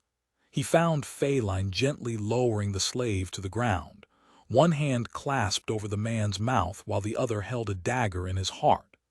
Casting his magical sense around the foyer, Nathan relaxed. Suddenly, his attention was drawn to the magic on the slave. A spell had reached out to somewhere else in the building and was starting to activate. He crossed the gap quickly, slamming his palm into the side of the man's head and dispelling every trace of spellwork connected to the dying man's brain. The guard's eyes rolled with desperation, before fixing on Nathan with a confused expression. His attempts to bite at Phelan's hand were replaced by a series of choking gurgles. Then he lay still, dead. Nathan stood over the corpse, conflicted. I could have saved that man from the magic that had enslaved him, maybe. I'm still not sure if many of the slaves of Giant's Rest can be freed. But now he's dead. He raised his head to scan the doors that surrounded him. Each looked similar, though the one the guard had been standing behind was the most decorated. Phelan was already stepping towards it, but Nathan held out his hand. All of the doors were locked and seemed to have alarm spells on them, but they varied in design and complexity. The obvious door was indeed the most heavily warded, but Nathan wanted to try something. He closed his eyes and focused entirely on his new sense. Earlier, he'd sensed Stella's monopool, so Nathan reached out with his new skill, looking for living sources of magic. There were dozens of enchantments around him, but the feeling of a living mage was distinct, and coming from the door opposite the one they'd been focused on. Not as much raw power as Stella, but more structured. Higher level, if I had to guess. Probably over 243, but I really don't have a baseline for this stuff. Magical Perception 4 achieved. Nathan pointed directly at where he felt the mage, opening his eyes to find Phelan contemplating him. She tilted her head at the other door and Nathan nodded, crossing the hallway to examine it. These locks were more sophisticated and powerful than the one down below, but also entirely magical. It only took a few seconds longer for Nathan to get through. He disabled a failsafe, then destroying the magic around the frame before gesturing for Phelan to proceed. She stepped forward, pulling a thin but completely opaque cloth from her dimensional bag and sticking it like a curtain to the top of the doorframe with some sticky putty. She grabbed Nathan's hand and pulled him underneath the cover, waiting for it to settle to the floor and block all external light. Once again, Nathan was face to face with Phelan, her skin warm against his own. Her eyes glowed green in the darkness, illuminating a predatory smile as her eyes met his. She winked, one eye flashing pink. Then the glow dimmed and she eased open the door to slip into the dark suite beyond. The room was darker than the main house, though Phelan's cloth kept any stray light from giving away their entry. It took Nathan's eyes a moment to adjust as he eased the door shut. Maybe I can improve the speed of my eyes adapting with perfected body. It'll take experimentation, and I don't see having a lot of time for that in the near future. There was a dim light emanating from a crystal on a shelf, very much like a night light. It was enough to see the broad bed and the three figures sleeping upon it, one of whom glowed to Nathan's senses with powerful magic. Histel, the man I'm here to assassinate. Chapter 4, Paths of Darkness. Nathan stepped forward, trying to look out for any traps that might awaken his target. Phelan had faded into the shadows, invisible to his senses, but his attention was on the man in the bed. Histel Dho Fulku was a high-leveled enforcement mage, a member of the Giant's Rest military and a dangerous foe. At least, usually would be. But he's asleep, and I'm close enough it wouldn't matter if he woke up now. But it's important that I don't kill him in a rage in direct combat like I've faced every enemy I've fought so far. I need to assassinate him, kill him without a fair fight. Not because he poses a threat, but because I want him dead. Shivering slightly at the thought, Nathan's feet padded across the thick carpet. He was jittery from stamina overload, and he slipped into battle meditation to control his breathing. But this felt different than the usual rush of combat. He'd gotten used to the thrill of the fight, a sensation more intense than the most extreme sport. This was different, more like the sick anxiety of an exam, where the body's fight-or-flight response was more of a hindrance than help. I need to be calm, precise. This isn't a fight, it's an assassination. Nathan paused, closing his eyes and focusing on manually bringing his hormone and blood sugar levels back to normal. Thanks to perfected body, it worked. A few seconds later, Nathan opened his eyes, looking around the room without his earlier tunnel vision. The first thing that caught his attention was that seemingly everything in the room was enchanted to one degree or another, often for comfort or durability or simply for beauty.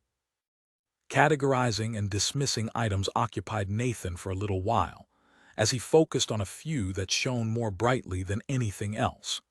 A ring on Histel's finger reminded Nathan of the enchantments on the mark that Phelan still bore, which had been taken from Tial's body. It wasn't the same, not as powerful, but of a similar type. That's his mage mark, probably opens doors and enchantments all over the city.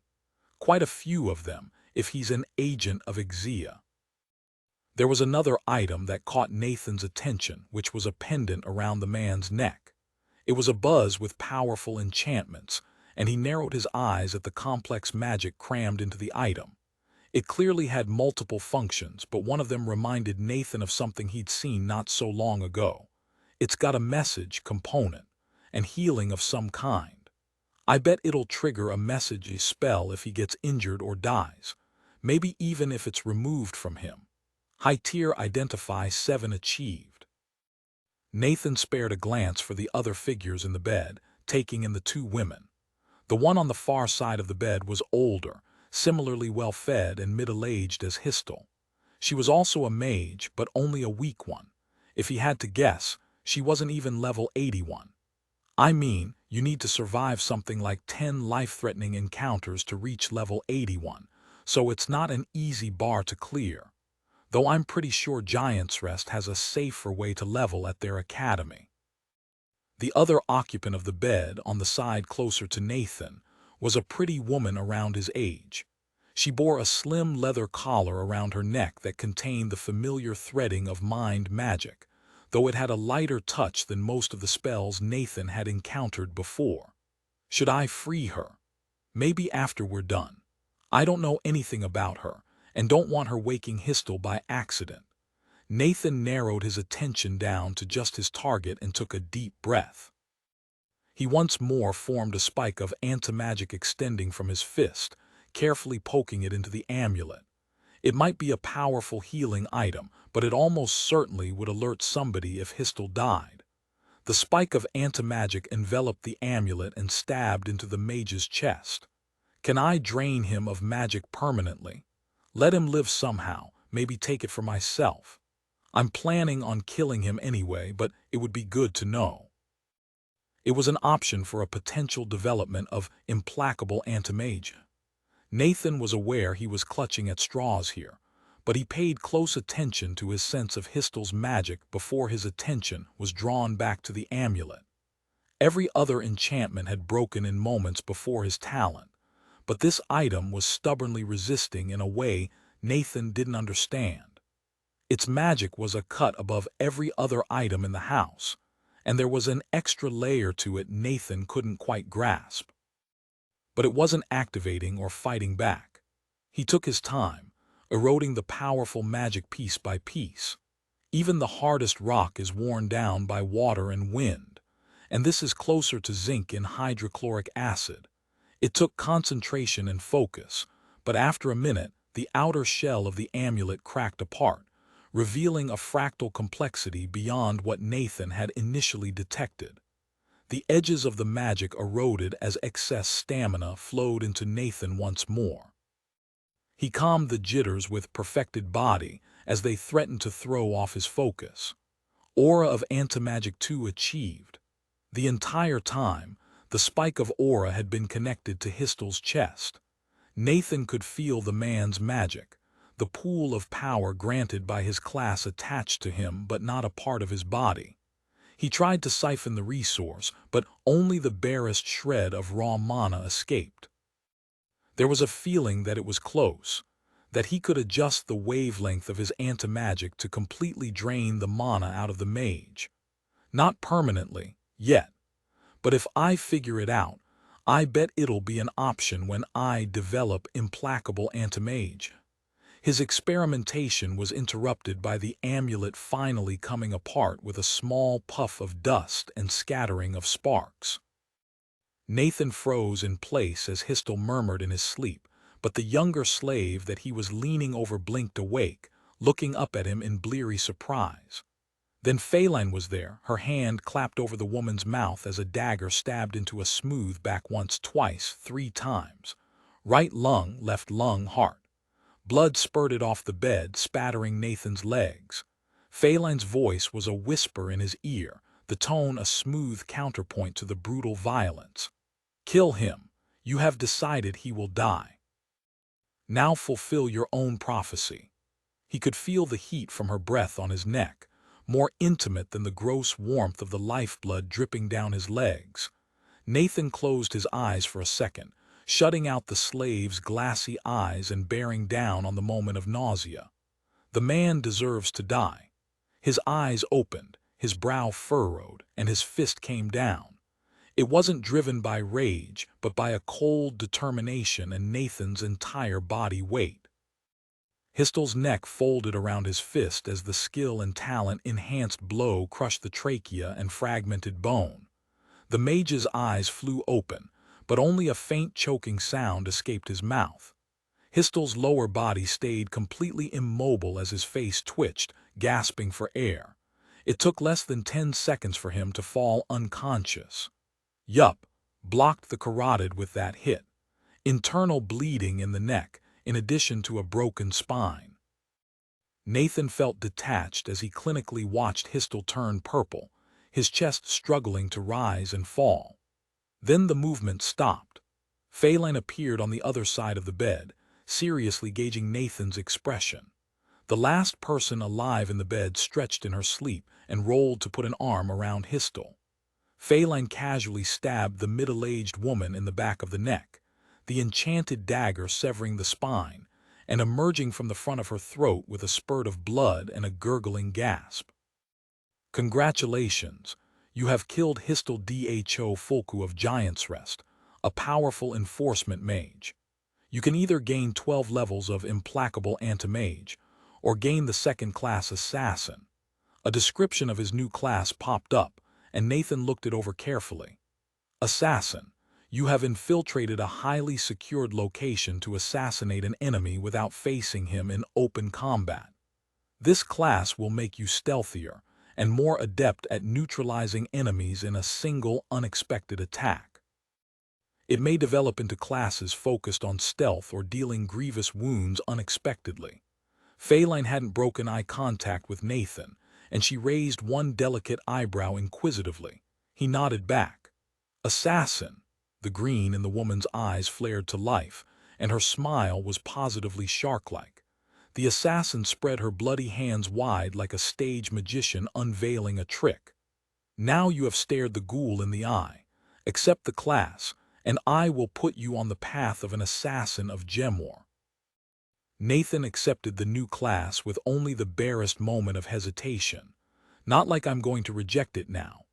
A second class with its own skills is worth significantly more than a few more levels of my current class. Congratulations, you are now an assassin and have unlocked 3 class skills.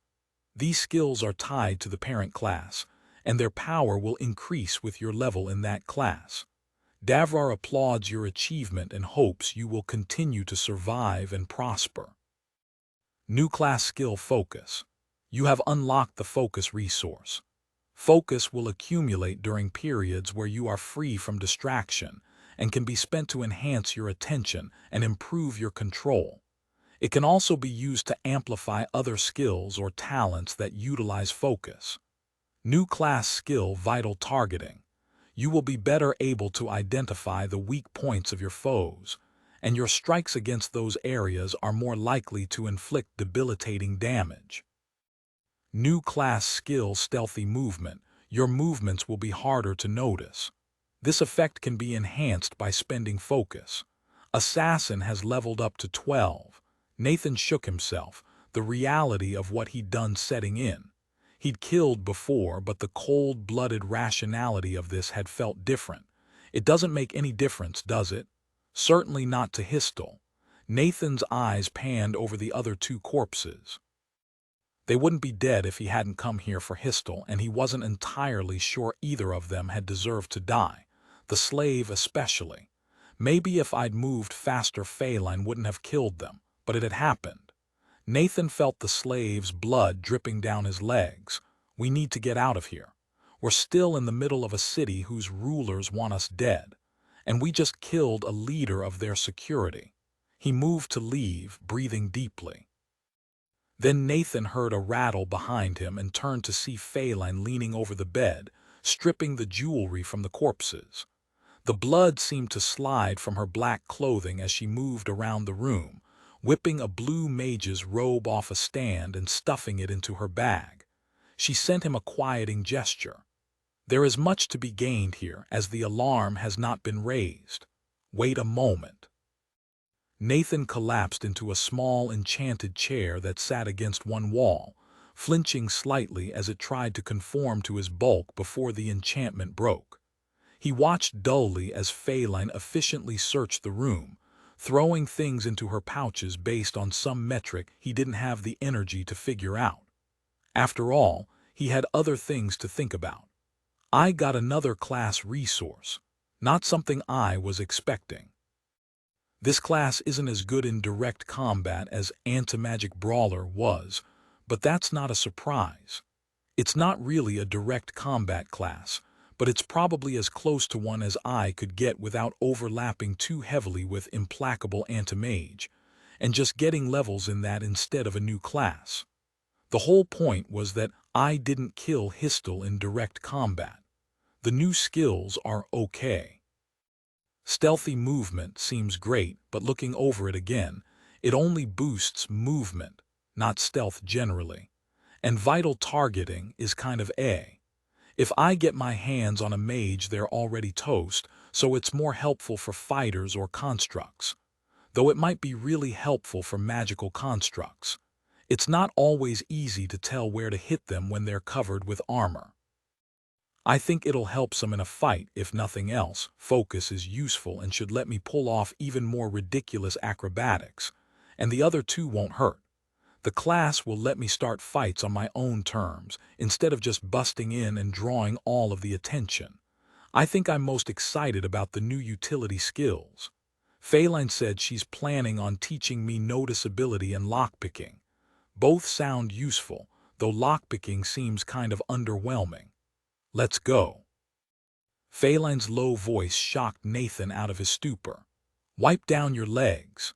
He quickly stood, following her directions before walking out of the bedroom and to the foyer. Phelan had collected the dark sheet of fabric and was looking around at the other doors before pointing to the heavily warded one they'd almost entered. The one the guard had been standing in front of. Nathan blinked at her, then shrugged and walked over to disable the magical locks and traps. His additional rank of Aura of Anti-Magic made it easier than before, and it took only a minute before he pushed through the door to reveal a lavish office. That was a total mess. The desk was cluttered with scrolls while small glowing tablets were scattered nearly everywhere. Phelan spent 10 minutes tearing the room apart, enlisting Nathan to crack open several locked drawers and a small safe. The safe was a heavily enchanted block of solid metal, and the tiny compartment inside held a single-dimensional bag. Phelan checked it, and a sly smile spread across her face. Enough enchanted items and magical materials to draw a quester's eye. They left the office, and Phelan indicated the next door over. Nathan took a step towards it before he paused. He spoke in a whisper, still aware of the guard down in the entryway to the house. What's behind there? More bedrooms. The assassin gave him an evaluating look, taking a full 5 seconds to examine his face. Then she shrugged and spun towards the back stairs. Let's depart. We have what we came for. I wonder what that was about. They retraced their steps, stepping over the sleeping cook. Nathan thought his movements were definitely smoother than before. He didn't have to pay attention to avoid banging into anything, and the door closed with barely a whisper of sound. They exited out into the alley, and he felt a weight lift from his chest. I know we could have fought our way out, but right now it feels like I just escaped an enemy stronghold with a valuable prize. Even if we're still in the center of the most militarized city in Giant's Rest, I've got the new class, which is one heck of a prize." Nathan leaned against the wall and let out a breath. "What now? Back to the heirs." Phelan shook her head, pointing farther down the street. "We have lit a flame. It would be a waste not to fan it to the fullest." She produced the ring she'd taken from Histel's finger, then quickly swapped it with Tial's. "Tial's mark will attract too much attention, but Histel—" Phelan's expression was satisfied as her face morphed into a visage Nathan had just seen, though that one had been purple and dead. "Histel isn't dead yet." Phelan drew out the blue robe she'd grabbed upstairs, settling it over her new form before kissing the ring. She pulled out a badge she'd grabbed from inside and clipped it to her chest before frowning down at her neck. "You destroyed the amulet because it was dangerous," Nathan nodded back. "I think it could cast message autonomously. Didn't want it to alert somebody that Histel was under attack."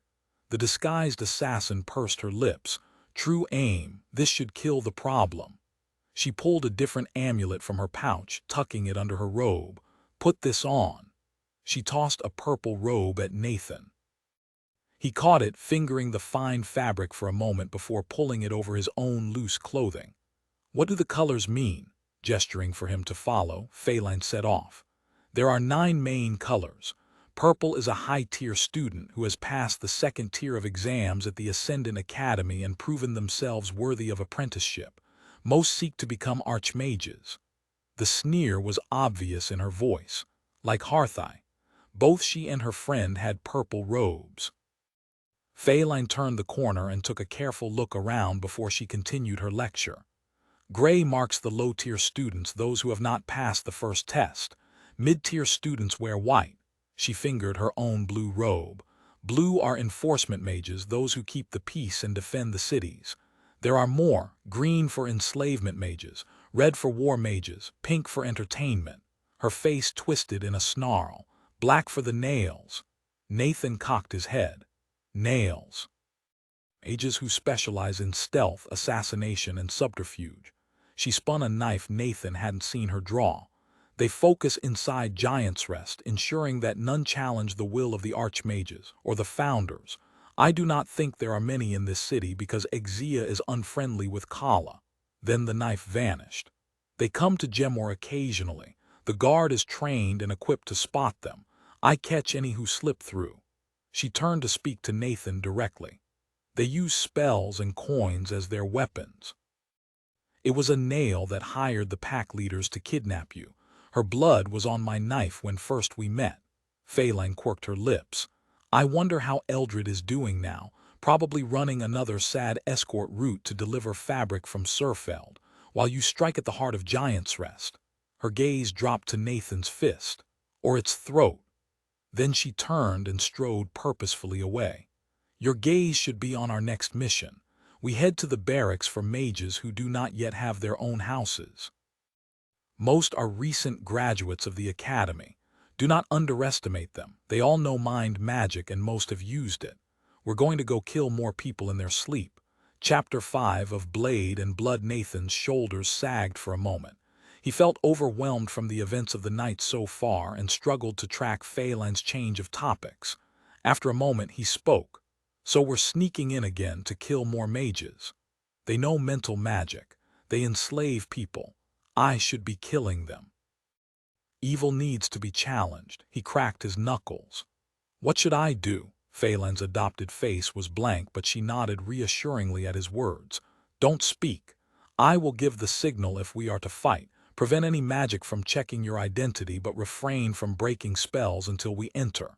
Then we will move quickly and quietly, killing every mage we can. There will be servants and guests. Do not show mercy and be ready to flee if the alarm is raised. You are an assassin now." "Yeah.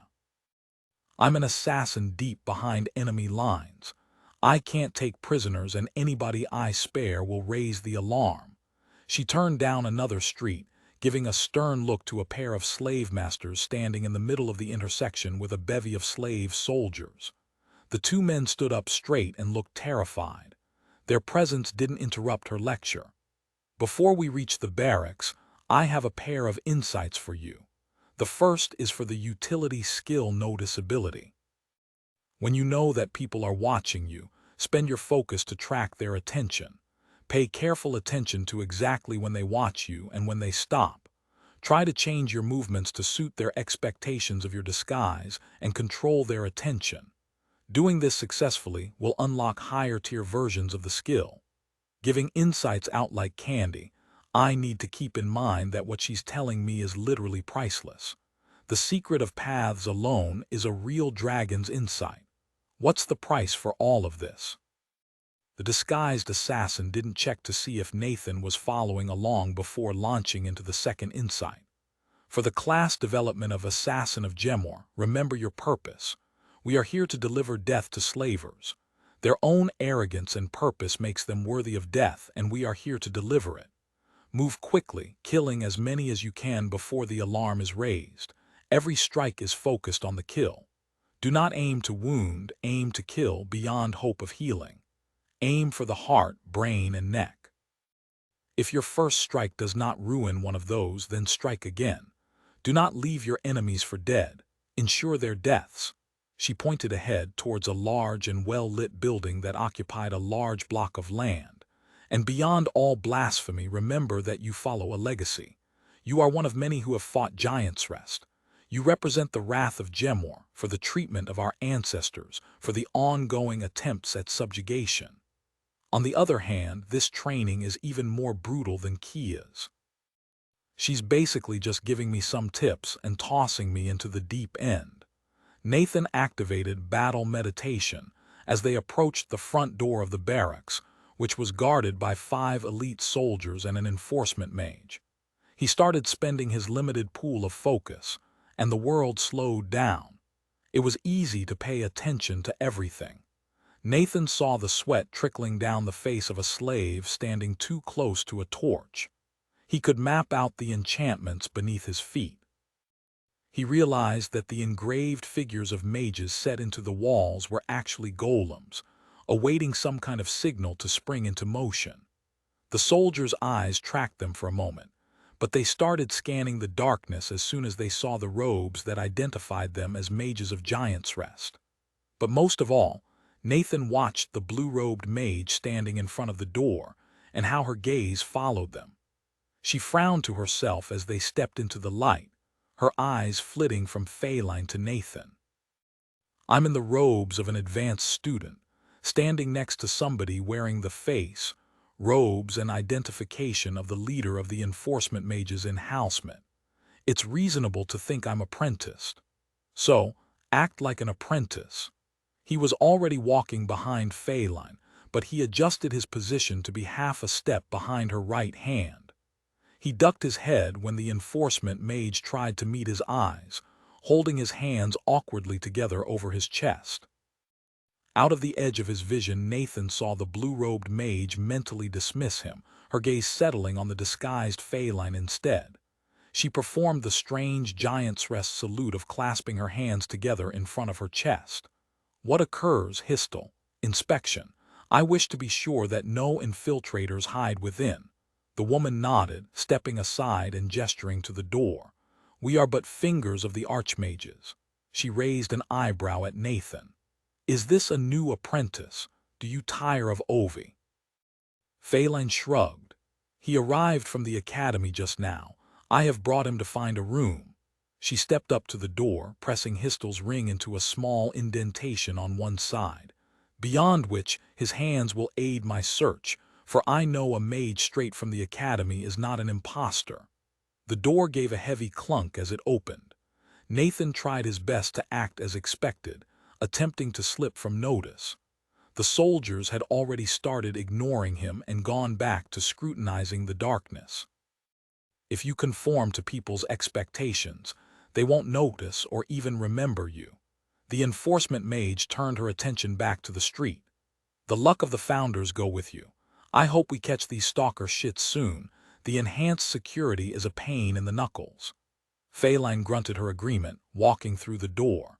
Nathan followed, noticing the exact moment when the blue-robed woman stopped paying any attention to him. I could take 2 steps sideways and break her neck before she even noticed I was there. Pending utility skill, mid-tier noticeability.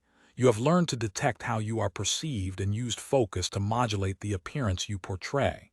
You will know when others' eyes are upon you and can spend focus to shift their attention. Interesting, that's what unlocked the skill. Definitely useful. Seems like I'm building up a solid core of stealth-related skills. Congratulations, you have accepted the mid-tier noticeability utility skill. The door slammed shut behind him.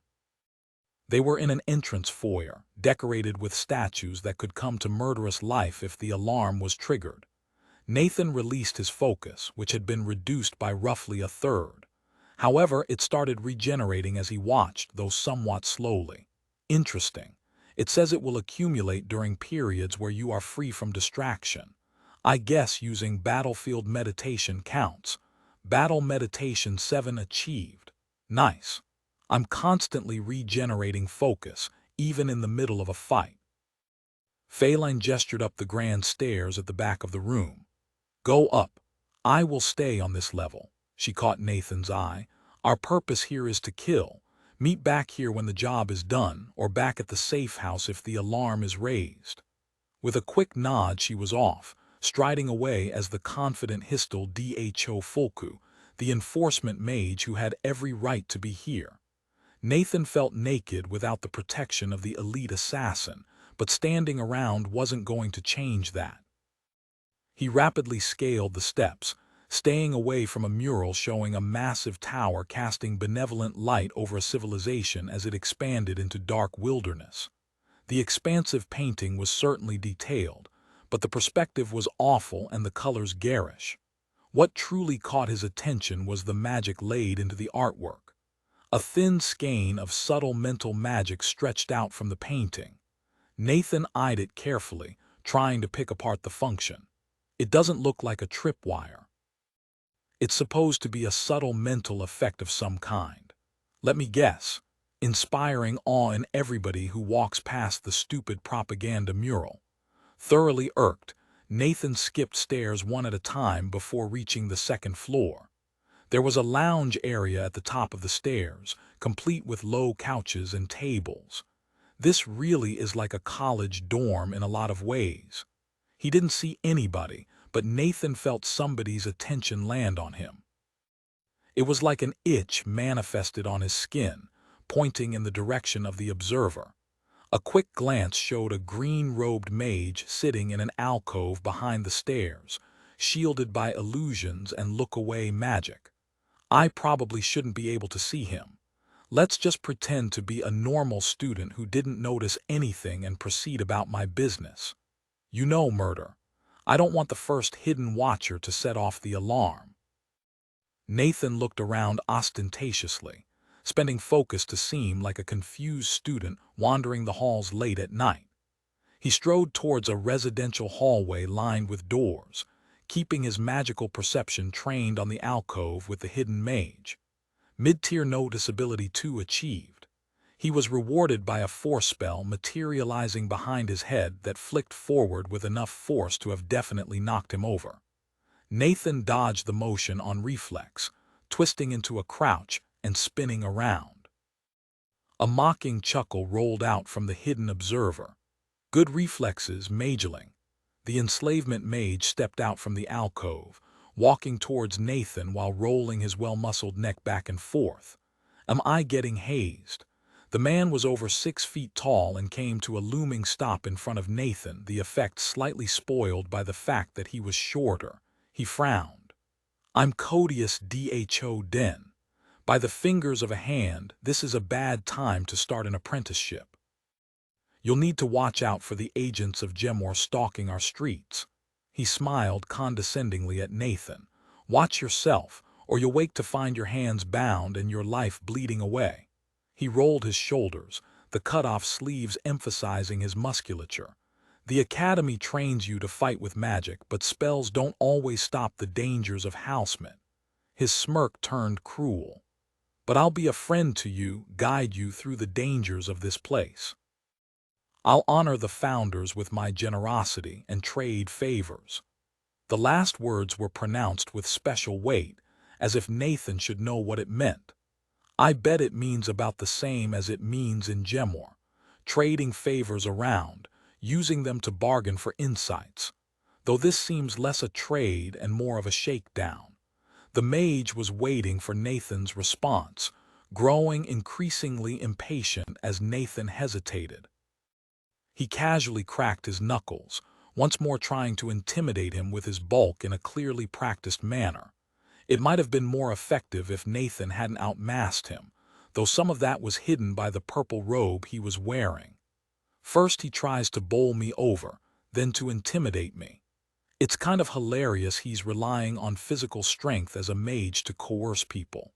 He reminds me of Eldred, and he's a mage of Giant's Rest and an enslavement mage at that. "I think I've found my first victim." Nathan looked around quickly, ensuring there was nobody in sight, no observation spells trained on him. His lip curled with disgust and his rage flared to life as Codius moved closer. Codius misinterpreted the look, sneering. "It's late, let's sit down and have a chat." His arm reached for Nathan's shoulder. Nathan set his feet, rotated his hips, and punched the enslavement mage in the center of the chest as hard as he could. Mage armor shattered like sponge sugar, and Nathan felt bone give way under his fist, shards of the shattered sternum piercing into the lungs and heart behind. Codius flew backwards a half-dozen feet, bowling over a couch in a tangle of clothes. The loudest sound was the couch overturning with a thump, and Nathan followed along as his knuckles popped back into place. The green-robed mage tried to cast a spell, but it died in a bloody cough. He looked up at Nathan, eyes full of tears and unable to even beg for mercy. Well-muscled hands twitched upwards in an attempt at defense, but they lacked any strength. Nathan stomped on Codius' throat, feeling the spine crunch.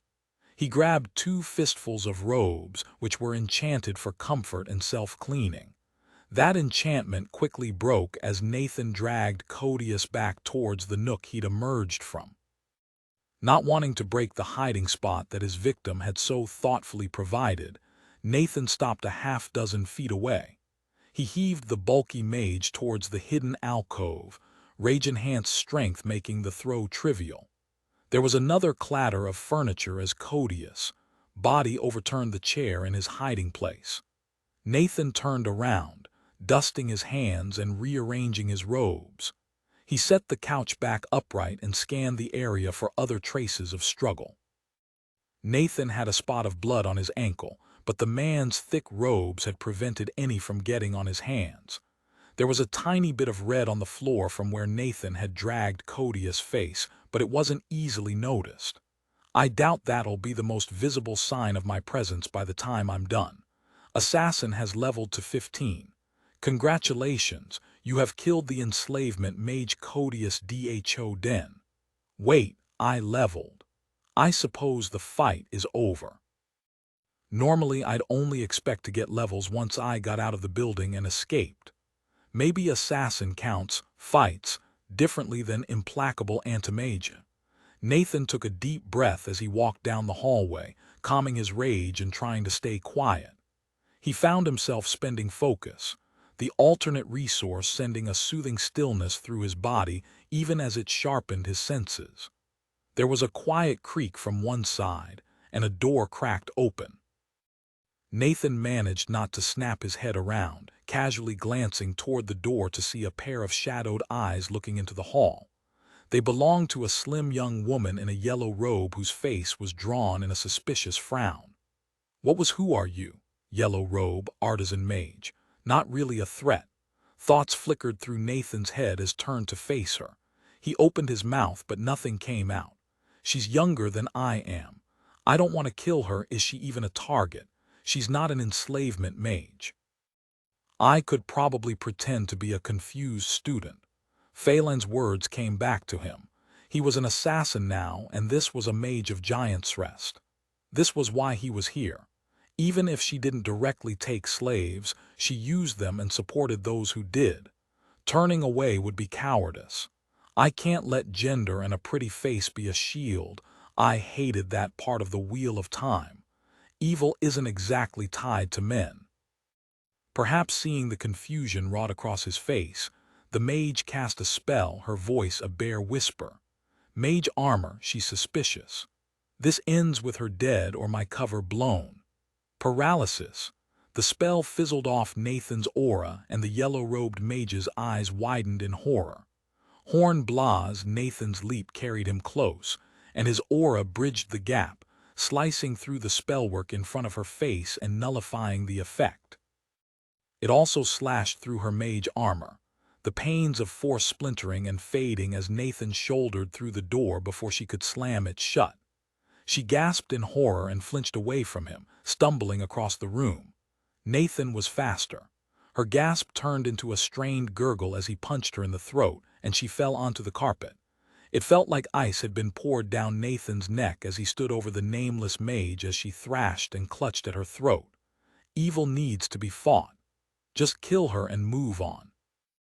You committed to this when you walked into this building. Nathan stomped on the mage's neck, felt the spine snap. He stepped backwards and closed his eyes as the strangled breathing slowed and stopped. After a single breath, he opened them again, trying to ignore the cute embroidered quilt that covered the bed as he left the room and eased the door closed. Got to keep moving. Assassin has leveled to 17. Congratulations, you have killed the artisan mage Ledali Dha alias. 2 levels traded for a life. I suppose Davrar will tell me their names, and with enhanced memory, I'll remember them regardless. I'm more like Randall Thor than I wanted to be. No more doors opened, and Nathan approached the next one down the hall. It was locked magically, though that posed no delay to an application of anti-magic. Nathan didn't have any cloth to replicate Phelan's earlier trick, so he slipped through the door as quietly as he could, burning focus to make him less noticeable. HWA. There was a sleepy mumble from the bed, and a brief shifting before a light bloomed in the dark room. It came from a crystal held by a young man who blinked sleepily at Nathan. A naked girl lay slumped on the floor next to the bed, the slave collar around her throat buzzing with magic. This one's a lot easier. Nathan was atop the young mage in an instant, hand clamped over his mouth before a sound could emerge. The crystal spun off into the corner of the room and under a chair, making the shadows shift wildly. Nathan's other hand reached around to grip the back of the man's head before he wrenched the head around in an attempt to break the spine. It didn't work. The jaw dislocated with a gross popping sound, and Nathan's grip on the head slipped. A cry of pain sounded out before Nathan got his hands around the young man's throat and squeezed tightly. That's harder than Hollywood makes it look. The mage's eyes had been muddled with sleep, but now they bulged with desperation. His body bucked and he scrabbled at Nathan's hands with delicate fingers. Nathan held on with grim determination, easily ignoring the weakening struggles underneath him. It took only a dozen seconds for the mage to fall unconscious, but Nathan kept holding on. It takes like 5 minutes of strangulation to kill somebody. If I let go early, he'll live. And I'm not going to let that happen. Maybe I should practice breaking necks instead. High-tier enhanced memory 9 achieved. He released his grip, this time placing one hand on the mage's ear and the other on at the base of the neck on the opposite side. He wrenched his hands together, trying to cause a cervical fracture. Maybe I should get a weapon. Killing people with your bare hands isn't trivial, but I need something that carries my anti-magic and can survive the same shit I do. Maybe claws, something retractable, something to work on later. It took a few tries, and he had to enable rage to successfully break the young man's neck and feel the sudden popping of a cervical dislocation. The body slackened, and the notification popped up immediately. Assassin has leveled to 20. Congratulations, you have killed the advanced student Jaxus Dho Hummel, closing in on 27 and the next class development. Though it's not going as quickly as I assumed from killing 3 people. Maybe none of those people were really threats to me, maybe because I didn't target them. I don't know. Then Nathan looked down at the other living person in the room, the slave he'd stepped over in his rush to the bed, and the mage. She was a beautiful young woman, lying on the floor of the room without a shred of clothing or cover.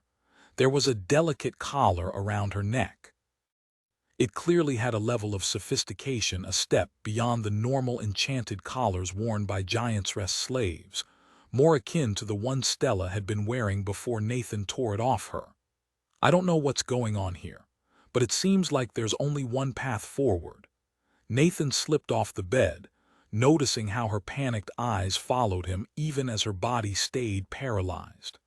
He bent down, extending a hand towards her face and feeling for the magic of the collar. Phelan had mentioned that they kept failsafes on the collars of high-value slaves, and this looked like one of those. After a moment he found it, a curse on the collar that would blow her head off if the enchantment was tampered with. But there was more than that. Nathan detected the mana within her. It wasn't the bonfire of Stella or the arc flare of Histel, more similar to the torch of the three mages Nathan had just killed. A mage, but enslaved. I should let her speak for herself.